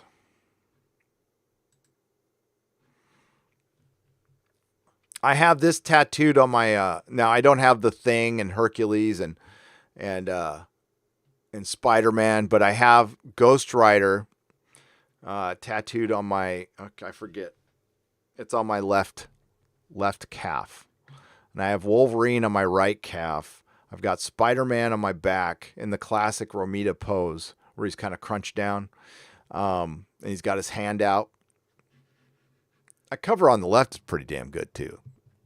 Big Ghost Rider fan.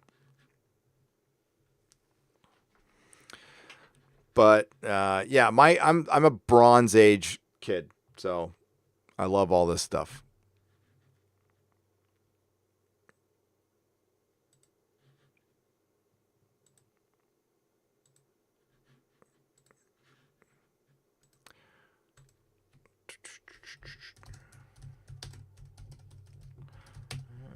Torment.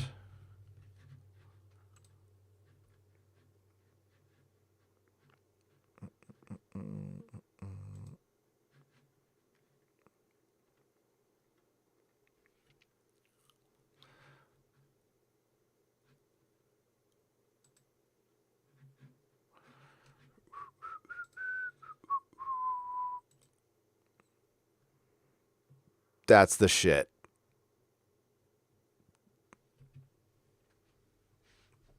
That was Dynamic Forces, right? Who was the Chromium cover? I forgot who put that on. But yeah, that's the Chromium cover. It is so badass. That's McFarlane was great. Dude was fucking great.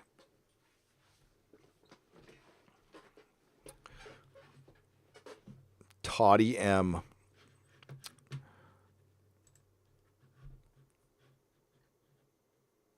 The only thing will She-Hulk eat is minge, says Copshire Renegade for £2. Yeah.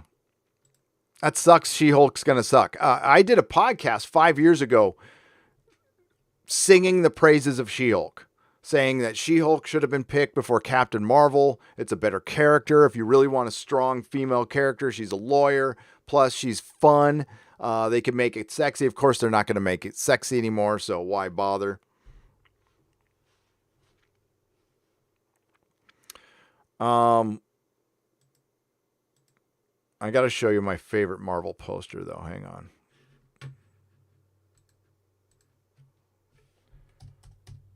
And I've talked about this before, but the best artist he was only this good for a few years. And I guess it depends on who inked them.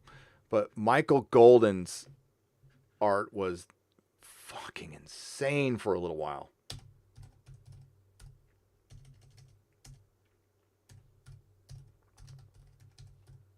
He had a poster in this ad in the back. Let's see. Let's get to images. He did Avengers Annual number 10, where Captain Marvel takes on Rogue. He did the art for that. Marvel fan. Yeah, that one's a good one too. Wait, this is a good cover too. Hang on.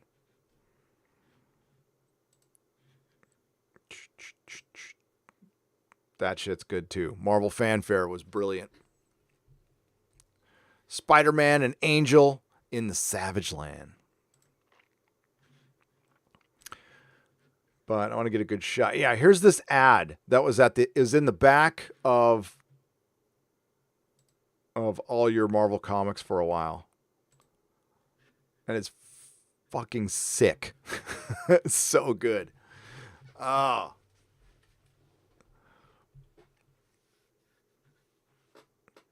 He drew the best women. Spider-Woman he was so good at it. But yeah, I love that ad right there. I wish I could get a big old poster of that. And he did do a poster. I don't like the modern colorization, but he did this, and you used to be able to send away for, I don't know if is this going to be porn? No, there's a bigger version of it. There you go.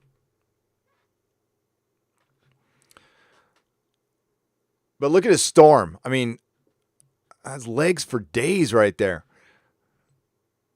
But he was one of the best. In his prime, look at Spider-Woman, one of the absolute best.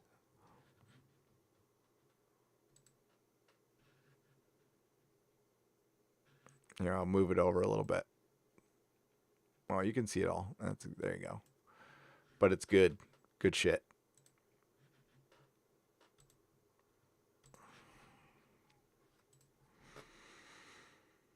But then he lost it. I don't know what just like Miller did. Miller got looser and looser as time went on. John Romita Jr.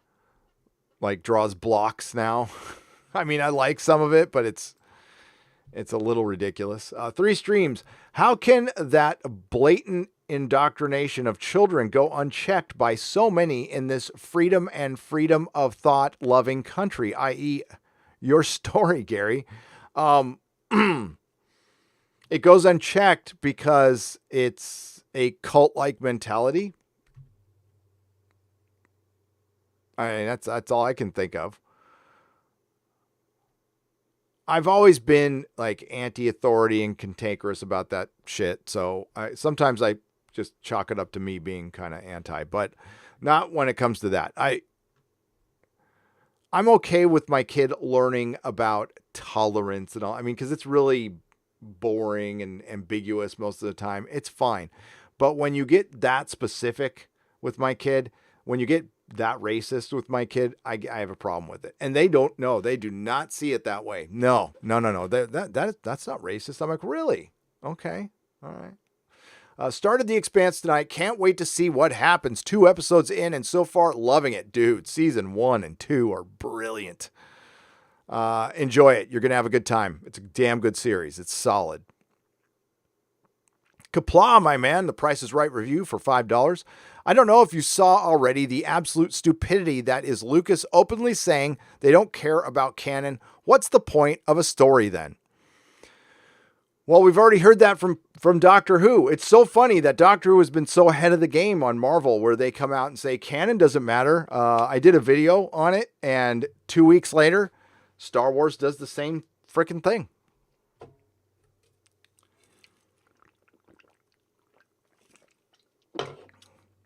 Well, all I can say is go ahead with that mentality and see how long you have a franchise. It won't be long. So you know what? In a way, you'll be right, because it won't matter, because it won't be there. Or more importantly, the customers won't be there to buy your gobbledygook of nothing matters.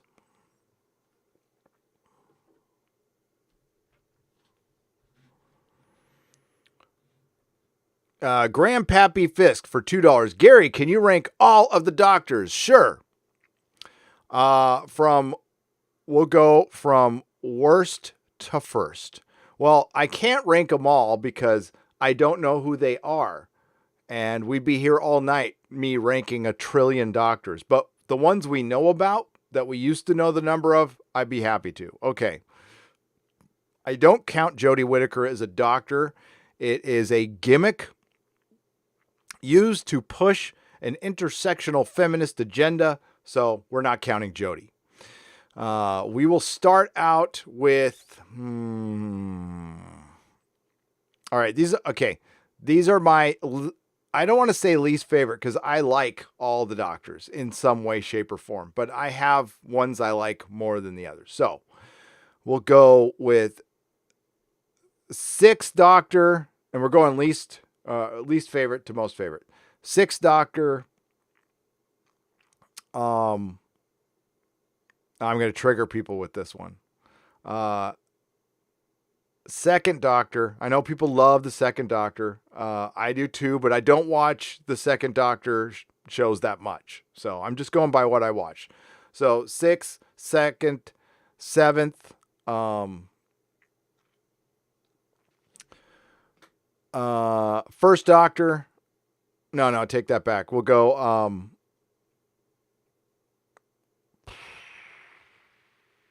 do I like... We'll go 5th Doctor. 1st Doctor. I got to keep track of this because I got to do it by name from here on out. So I got to write this down now. This is too hard for my brain. Hang on. So I'll just name it out. So we'll go 6th Doctor, 2nd Doctor, 7th Doctor, 5th Doctor,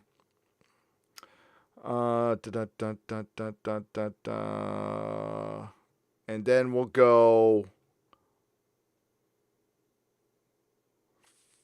1st Doctor,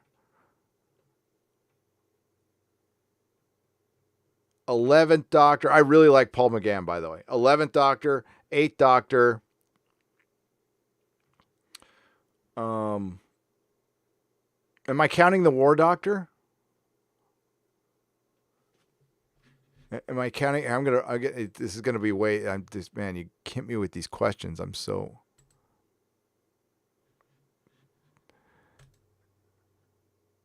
I guess I could write them down by, my favorite Doctor is the 4th Doctor.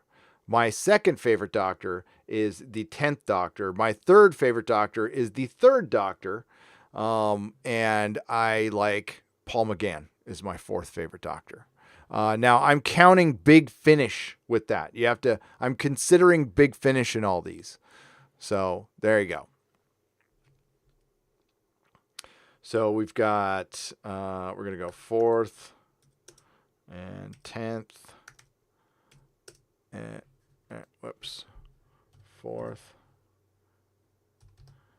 10th. I'll copy and paste it for you. 4th, 10th, 3rd,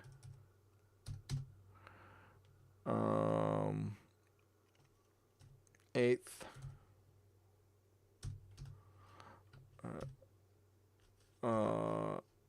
9th, 11th,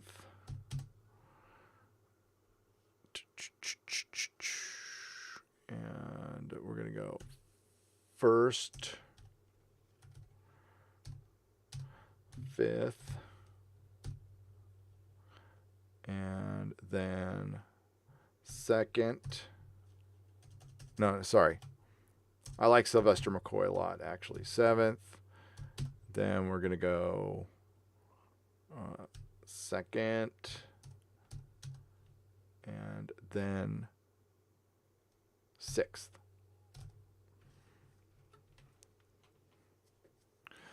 So I'm trying to think if I missed any here. So it's 1, 2, 3, 4, 5, 6, 7,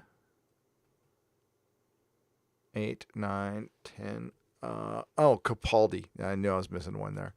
Where am I going to put Capaldi? God, I hate to say it's pretty low on my list.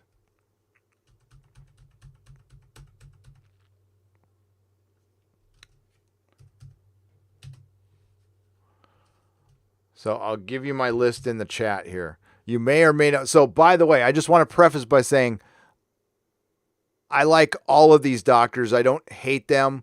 I'm going by what I rewatch the most. And yeah, I got to put Capaldi way down there. That sucks. So we got to put an asterisk next to Capaldi. Like, good doctor, great potential, not utilized.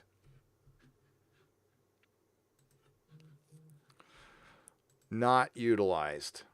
So we'll say, and I'm going by how many times I rewatch, and I don't rewatch Capaldi like at all. If I'm going to rewatch any Capaldi, it'll be the season 8, but I will not watch 9 or 10 again, probably. It died for me after series 8.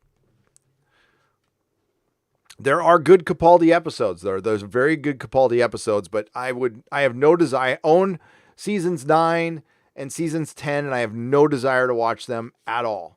Like, Bill was a decent companion when she wasn't telling us she was a lesbian all the time, but the identity politics in it were terrible.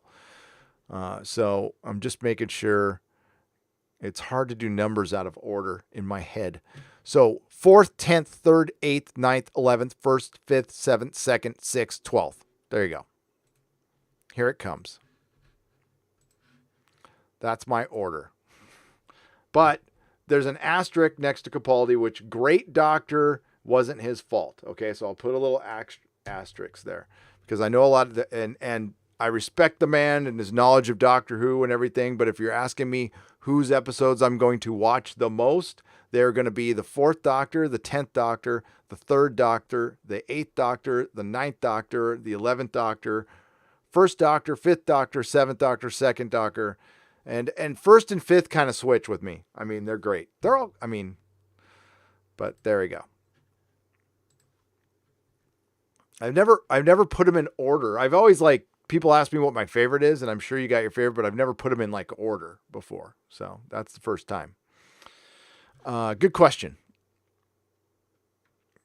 Good question. All the real doctors. I love the War Doctor too. The Big Finish stuff was good. Yes, just don't mix the regular fans who make fan contact with the Raylos. Yeah, well, who would do that?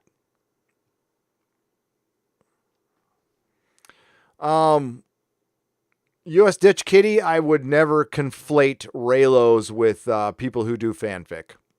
I see that as its own very extreme thing that can completely exist. I have no problem with it existing. I just don't ever need to see it. And, generally I don't. I'm not on Twitter very much, and I don't interact with Raylos. I know to look for the blue butterfly. And if I see the blue butterfly, I just know that I shouldn't bring up anything about, and I won't. I don't talk about Kylo Ren on Twitter. Why would I talk about a dumb character? Like just a useless character. It's not even Darth Vader light. It's Dollar Bin Darth Vader. That's all he is. Dollar Bin Darth Vader and Girl Skywalker or Girl Palpatine. I have no reason to discuss. They didn't have a story. There's nothing to talk about anymore. I meant it in my review. I'm done. There's no plot here to talk about. It's a complete fucking mess. Time will not be kind to the Disney trilogy. It's dead. Yeah. So I never see them, U.S. Dutch Kitty. I never see them. I never interact with them. Listen, old school nerd.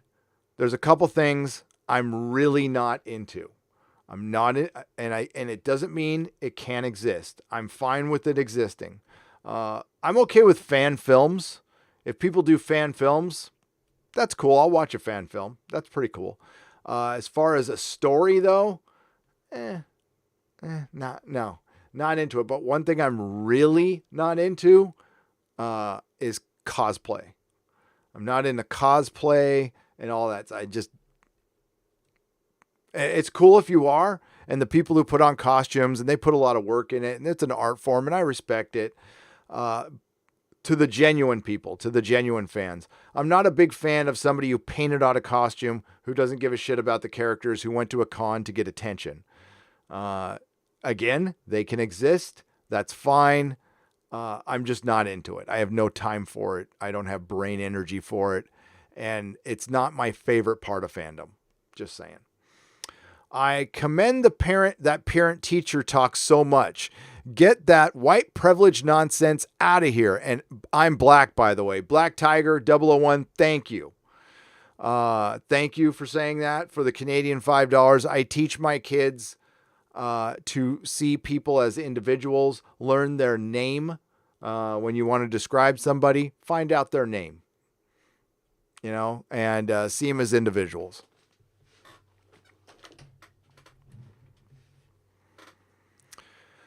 Hail, Gary. What are a few of your favorite I already read that one, so thanks. Black Tiger 001, thank you again for the $5 Canadian. Hail. US Dutch Kitty, $5. Hail. And Grandpappy Fisk for $2. Thank you for the good question and the Price is Right reviews, and Sean Carter and Capture Renegade for $2. The only thing, thank you. I read that one. 3 streams. Did I read that one?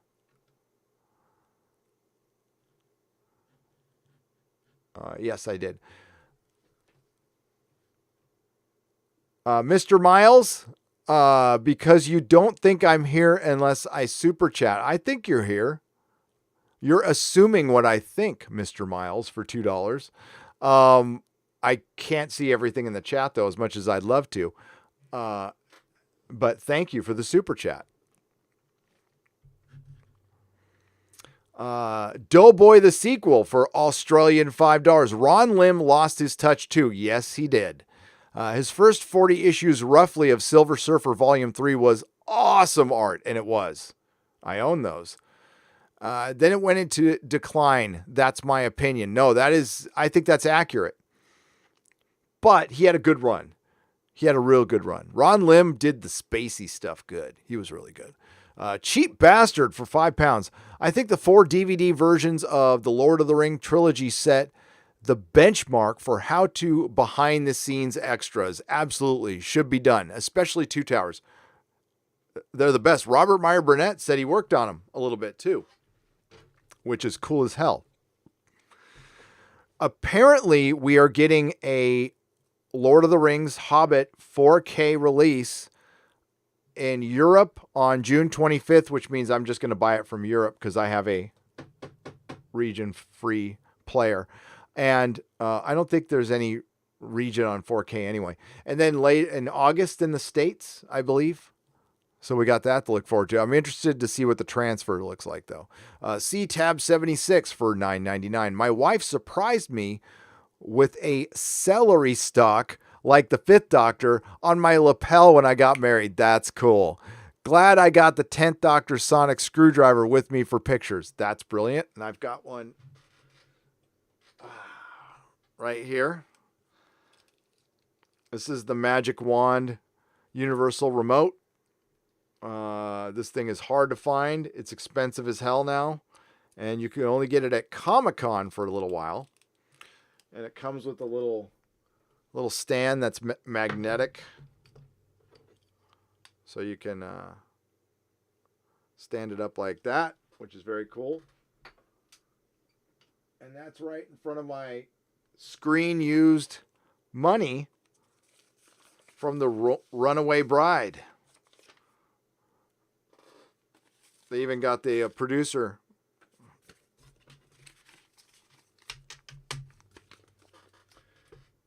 And of course, there's the very...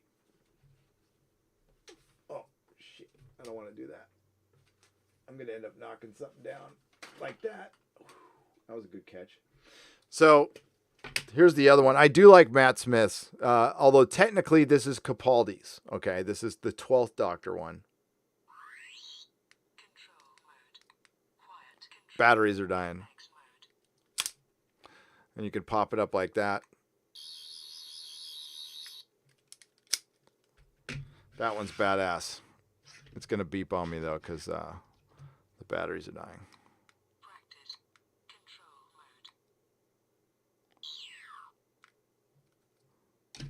Very cool.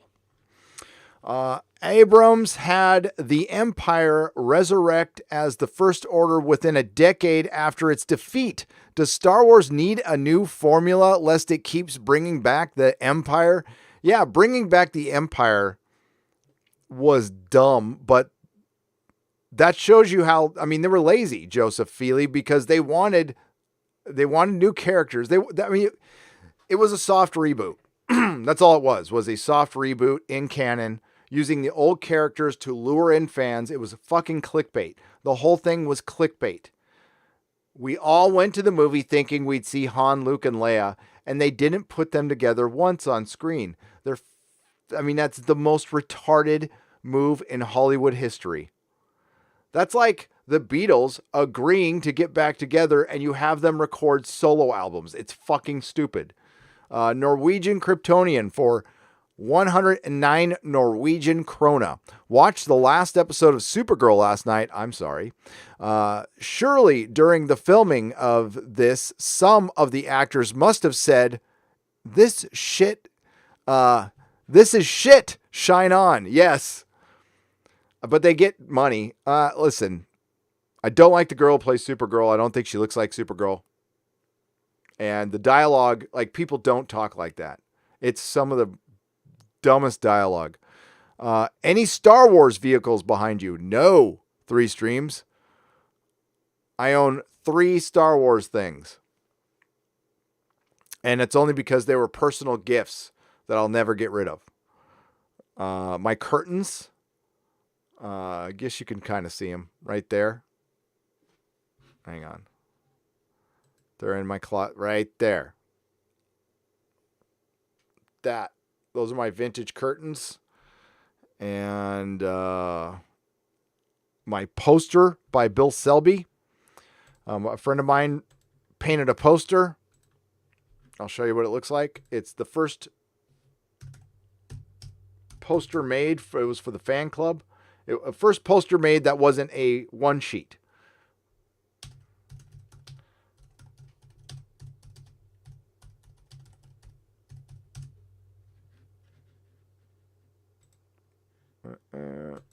Is there a picture of him painting it? I know there's one up there of him painting it.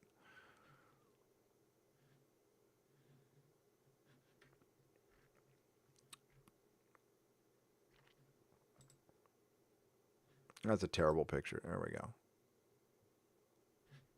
There we go. That's better. So a friend of mine painted this.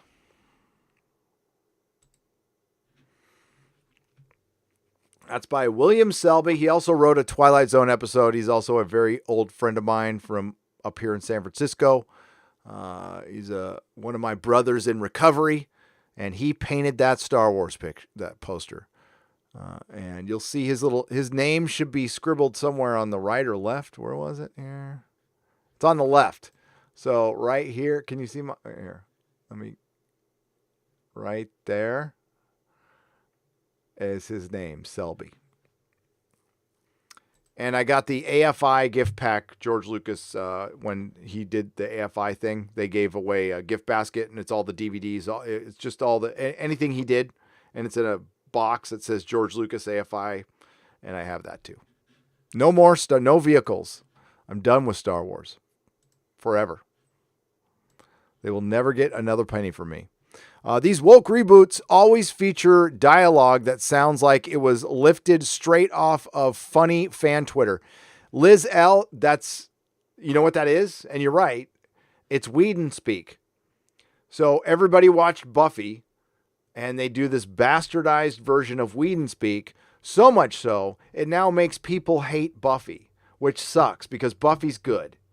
Buffy's good. Buffy did spawn a lot of clones, and it spawned an era of dialogue that's cringeworthy, but when Whedon did it, it wasn't cringeworthy. It was good storytelling. I know he's a nutbag, and I don't like the guy, and I won't support anything he does, but I love Buffy. It's something me and the Mrs. Nerdrotic love to watch together, and they can't take it away. And Angel too. Love Buffy, love Angel. My love will never change for those shows because they haven't tried to reboot, and I won't. They're going to try to reboot them. Not going to watch them. I don't care. But I love those shows. Just got the notification, Gary. YouTube at its finest. Are you freaking kidding me, Stargate 404? Let's see if I got a notification. Hang on. Hang on a second. Because I'm always logged in at Nerdrotic Live. So, let's see.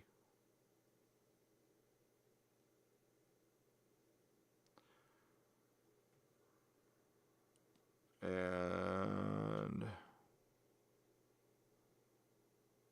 nope.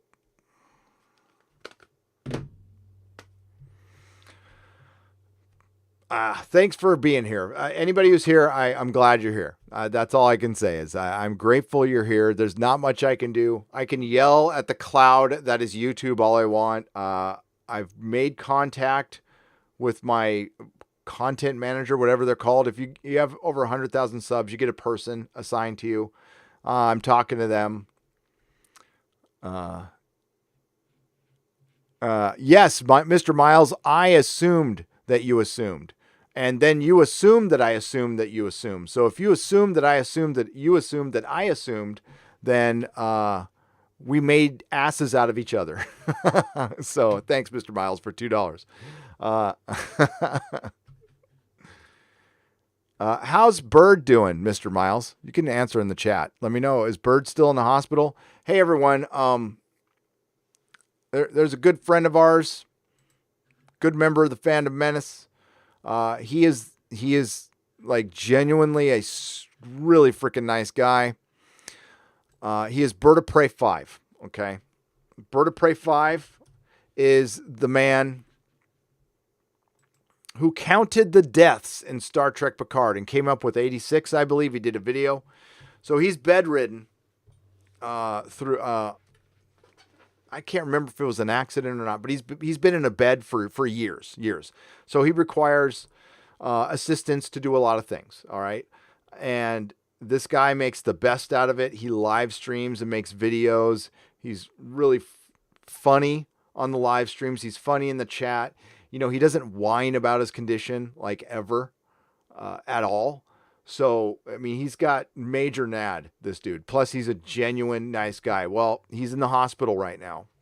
It's a minor issue that any of us wouldn't have a problem with, but because he doesn't have the use of his legs and limited use with his arms, it's a very serious issue, especially since he's going to an emergency room, which could put him in danger of getting the beer bug, which he is.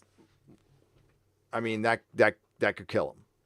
So, just some F's in the chat for Bird of Prey 5. Prayers, thoughts, and prayers. Again, he's a good member of our community. He's a nice guy, and he's, tough as nails. And, he's a little worried. His mom is worried. And he's also, I think, did Anti-Trekker get him over 2,000 subscribers? Hang on. Let me go check. Let's see. Because I know he was close to 2,000 subscribers. Oh, wait. I always do that.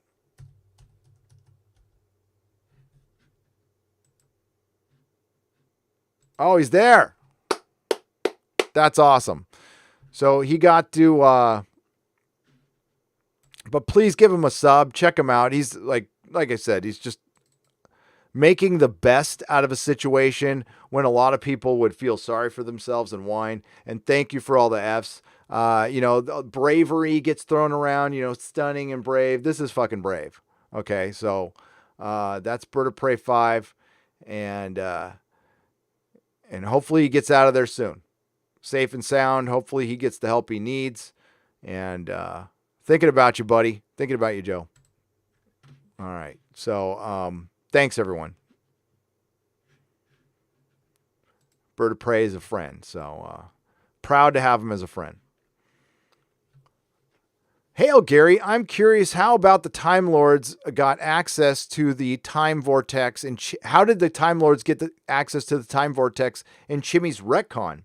Who or what did they appropriate that from? Well, I think that's in Series 13, Loquacious Primate for $5. That's a very good question. Where in the hell were Omega? Where was Rassilon? How do they not get effing mentioned when you're rewriting the entire canon? You don't wrench. I mean, that's ridiculous. It's such a great story, too. Omega got like fucked over. So, and if they bring Omega back, I want him like his ridiculous costume. I want it. It's got to happen. It's not ridiculous. It's great, by the way.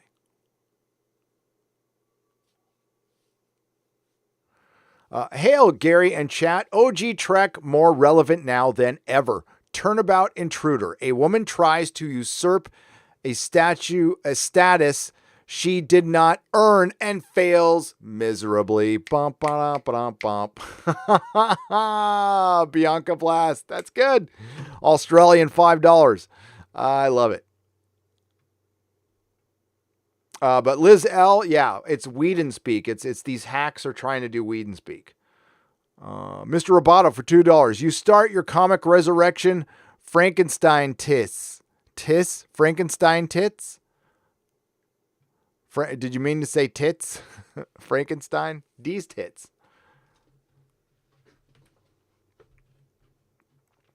I took my comics downstairs already. Into the comic wing of Nerdrotic Manor, which is funny. This manor is about the size of a condo. So,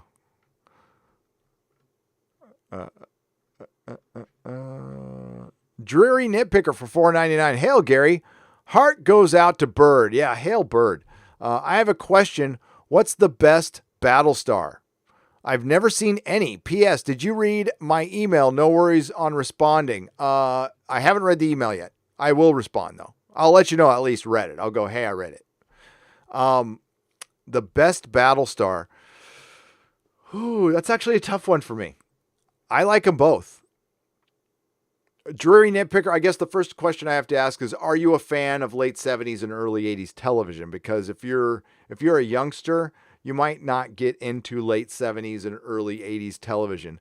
I love old Battlestar because I'm nostalgic and it came out when I was a kid and I thought it was just the shit. And Starbuck was straight up a ripoff of Han Solo and Dirk Benedict did a great job. I love Starbuck, but I would probably start with the modern one. But honestly, I love the premise of Battlestar. The entire premise of it is great and it's better than the actual show executed. Now, I wish they could do, honestly, if they did a Battlestar and James Gunn wasn't creepy and he did it in the spirit of Guardians not as musical, that would be cool.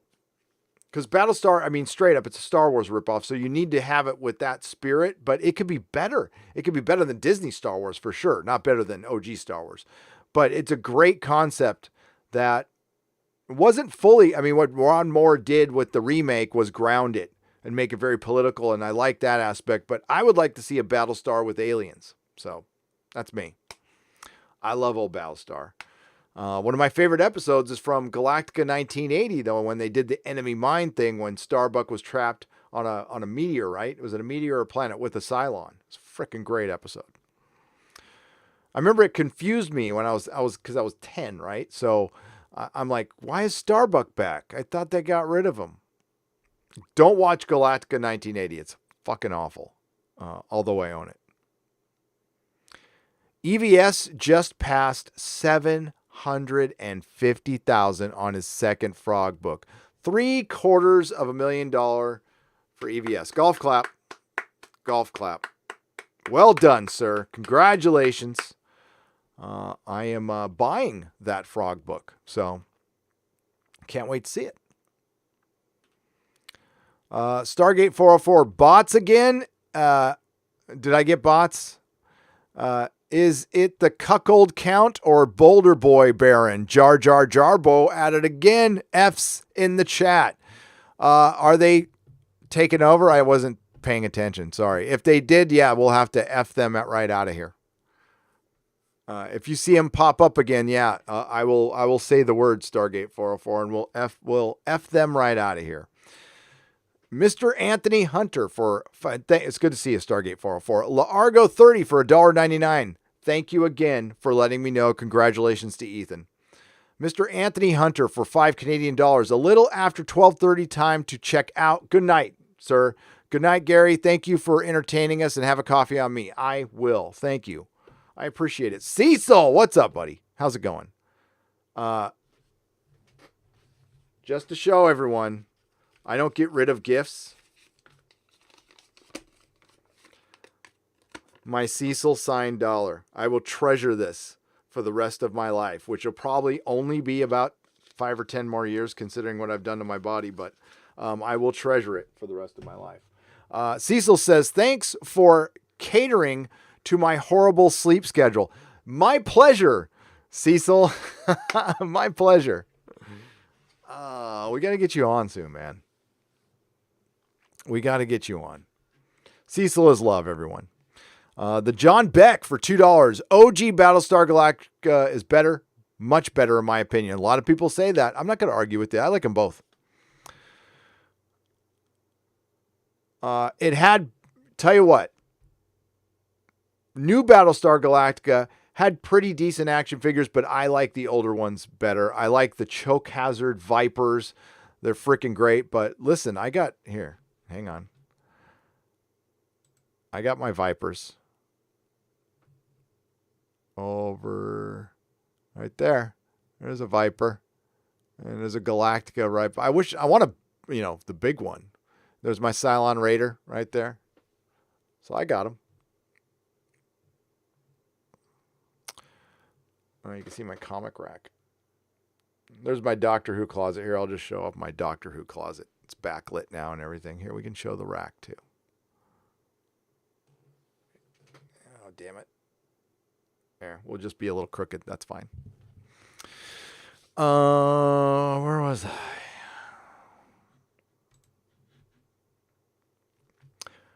Fred W. Manzo for $4.99. Thank you for the donation, Fred. I appreciate it. If you got a question in the chat, just hit @Nerdrotic and I'll try to read it. Thanks for what's up, Mikey? Thanks for being here, man.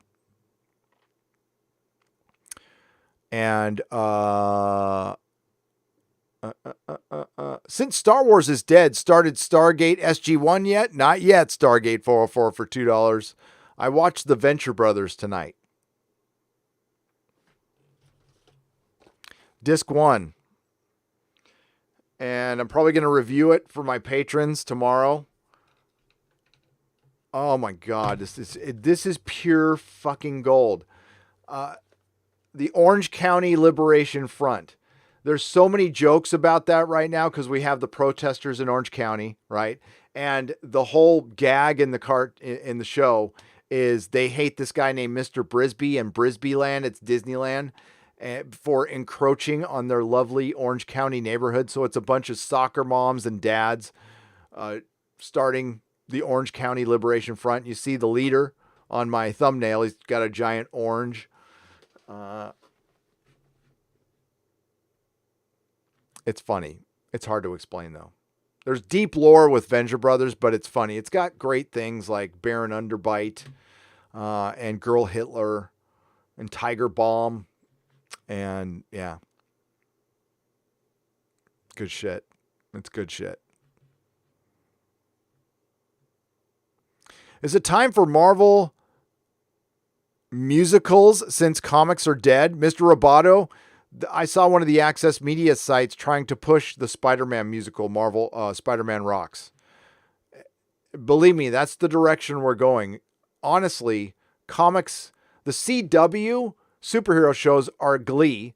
It's everybody from Glee, and I'm surprised they haven't just started singing every time. It is superhero shows for people who really love musical theater. Okay? Not a fan of musical theater, but I am a fan of Rocky Horror. and Tommy, that was a good play, and Wicked because I have a weird fetish for green girls. It's a long story, but I like green girls. It's a thing. It's Yvonne Craig, Star Trek. Long story.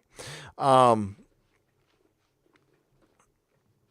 to me, like, Yvonne Craig was one of the hottest women who ever lived, period. In her Batgirl costume. All right. That's when I knew I liked girls at a very early age. I think it was like 4. When I was 4, I really liked Batgirl. Mr. Anthony Hunter, welcome to the Proto-Molecule level. I appreciate it. Thank you.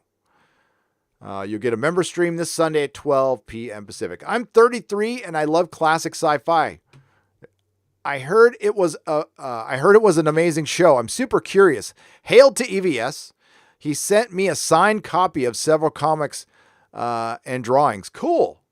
Jury Nitpicker and hail at EVS. I found some of his original art on sale at, I forgot, I was looking for, I can't tell anybody. Never mind. Last time I blabbed something on a live stream, somebody swooped me, and I'm not going to get swooped. I'm not going to get swooped on this. So I'll tell you the story after I buy the thing.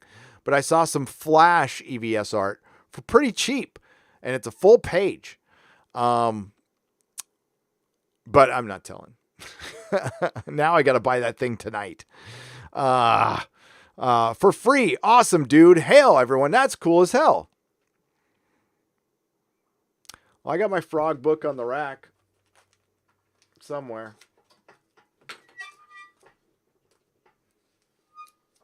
Is it? Yeah. Is it behind? Oh, there it is. There's my frog book. There's Jawbreakers. So sorry to hear about Kickstarter.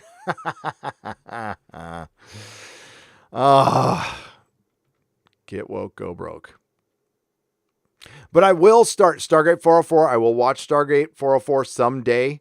I've got a lot. I got to watch Blake 7 first. And I'm embarking on Buffy. I'm rereading a book right now. Oh, and I've got videos to make. I don't know if I'm going to finish the Lord of the Rings one. It's turning into something big, which might require some more time. In the meantime, you can enjoy my last video talking about Rob Liefeld being funny as hell. He was hammered, by the way, in that interview. If you see the whole interview, he pulls up a bottle of some hooch. I don't know what kind of alcohol it was, but yeah. His manner, I mean, I hate to call the guy out on his mannerisms remind me of something, we'll just say. I hope I'm wrong. I hope I'm wrong. And he seems like he's funny. He's funny as hell. Jacob King for $4.99. 2 a.m. stream. Bad sleep schedule pays off tonight. All right. Yeah, I got to get to bed. We'll finish this up, and I got to get to bed. It's 12:47 here, and I got to get up early tomorrow. Taking the old Mrs. Nerdrotic's Honda Element into the shop.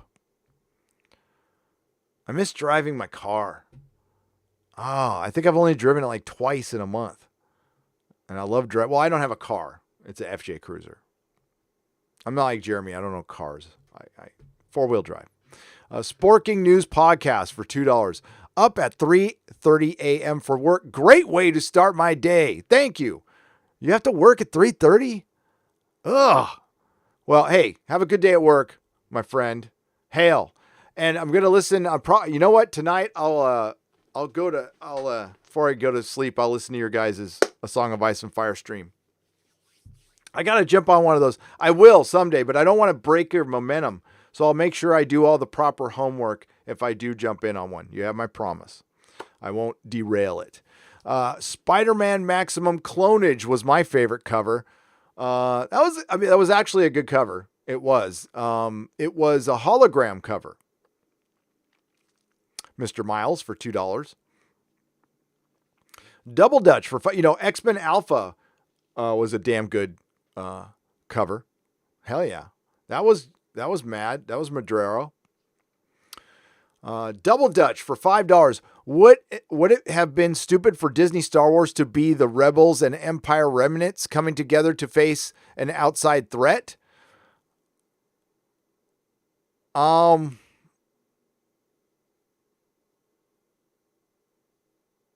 No, that wouldn't have been stupid at all. I wouldn't have called it remnants though. I see the Republic. Okay, so the fact that there was a new I mean, we're having this argument over again, and it's no problem. But the First Order shows that Luke, Leia, and Han fucking failed. So the original trilogy, which was a clean victory, turned out to not be a clean victory. It was a fucking waste of time to watch it. It undercuts all of everybody's sacrifice, what everybody did. Ben died for fucking nothing. Yeah, it was fucking stupid. It undid everything. I mean, I'm not Mahler. I could do a 9-hour video breaking down every 5 minutes of the Disney trilogy, showing each thing that undoes the original trilogy. And let's not even talk about the prequels, what it does to the prequels. So it's fucking terrible. So it doesn't count. It's garbage. It's tacked on garbage. And the worst thing about it, the biggest insult of all, was the way Disney treated its fans. They thought these fucking idiots will buy anything. It doesn't really require that much work. Now, did they say that out loud? Did they think that did they even think it that sinister? No, they didn't. They just thought that they'd be able to get away with it because Jar Jar Abrams is a very good rationalizer. He can rationalize himself into doing anything. He rationalized the fucking Force Awakens, which was the laziest piece of shit ever. They remade A New Hope. They gave nobody any characterization and they passed the buck to the next guy. And then they tried to say, we were just setting the table. So Jar Jar set up some mysteries that he had no end game for. Where did, what's her name, get the lightsaber? We'll let somebody else figure it out. And that's how he does. That's Mystery Box. I'll set the table and we'll have other people solve the mysteries. It's bullshit. Flash and Supergirl crossover was a singing show. Oh, that's right. That was a singing show. You know what? I missed it. Thankfully, Black Tiger 001. Thanks. But you're right. Please do a 9-hour video on Star Wars. We will pay. No, I will pay with my brain. I'm already doing a stupid long one on Picard that's probably not going to be done. I mean, it's Mahler level. I mean, it's not going to be his quality. Okay. I'm not as smart as Mahler, but he's definitely more educated than I am. But I'm taking my sweet ass time with Picard, and I've got the same. I have my shirt. I have to wash it, and wear the same shirt. I have 20 minutes recorded so far, and I'm only 3 episodes in, so it's gonna be long. It's gonna be at least an hour and a half long. We'll see if you guys can stomach me that long in a video. So yeah. Maybe if I run out of material, sure, Mr. Roboto. But everything was undone. But fans just bought, Disney was right. A lot of people were going to buy it. And you know what? If you're just a casual and you don't care, no. But if you're out there like, I'm a hardcore Star Wars fan and I'm just going to back it because, I don't know, it's the same mentality for backing. It's a better argument for backing your team. So your sports ball team that fucking loses every year. Like, if you're a Cubs fan or a Browns fan or a Bills fan, yeah, you got the civic pride, you love your team, but like Star Wars is a product that you buy that doesn't really, it's never supposed to lose. It's not in competition. All it had to do was keep it simple. And it shows that they're going to that. Mandalorian was Star Wars broken down to its simplest elements, and it worked for a lot of people. And it might continue to work. We'll see. With all these cameos, though, It's starting to sound like the main character is not the selling point anymore. So I don't know. Katie Sackhoff being in there is good. That's a good hire, though. That's a good hire. All right, guys. I'm gonna wrap it up. It's been 3 hours, and I only was gonna go for 90 minutes, but I was having fun. So I hope you enjoyed the chill stream. It was the chillish stream. We'll call it a chillish stream. I'll do another one next week. Sorry it took so long. Thanks for everyone who waited. Thank you to all the Nerdrotics. Thanks for everyone who donated with super chats. I'm humbled, and I thank you that you hung around with me we had over 1,700 people hanging around listening to me blabble in the middle of the night. So that's amazing. And we had 926 likes. That's great. 3 new members. Thank you. If I missed a super chat, I will make it up on tomorrow's nooner. So I'll be back at 12 for the nooner. 12. We'll say 1. I'm going to move it to 1 because, I need to sleep. So we'll say 1. It'll be 1. I'm going to push it back to 1. All right, everyone. Have a good night. Thank you very much. Not all who wander are lost. What's up, Douglas? Good to see you, man. And may the wings of liberty never lose a feather.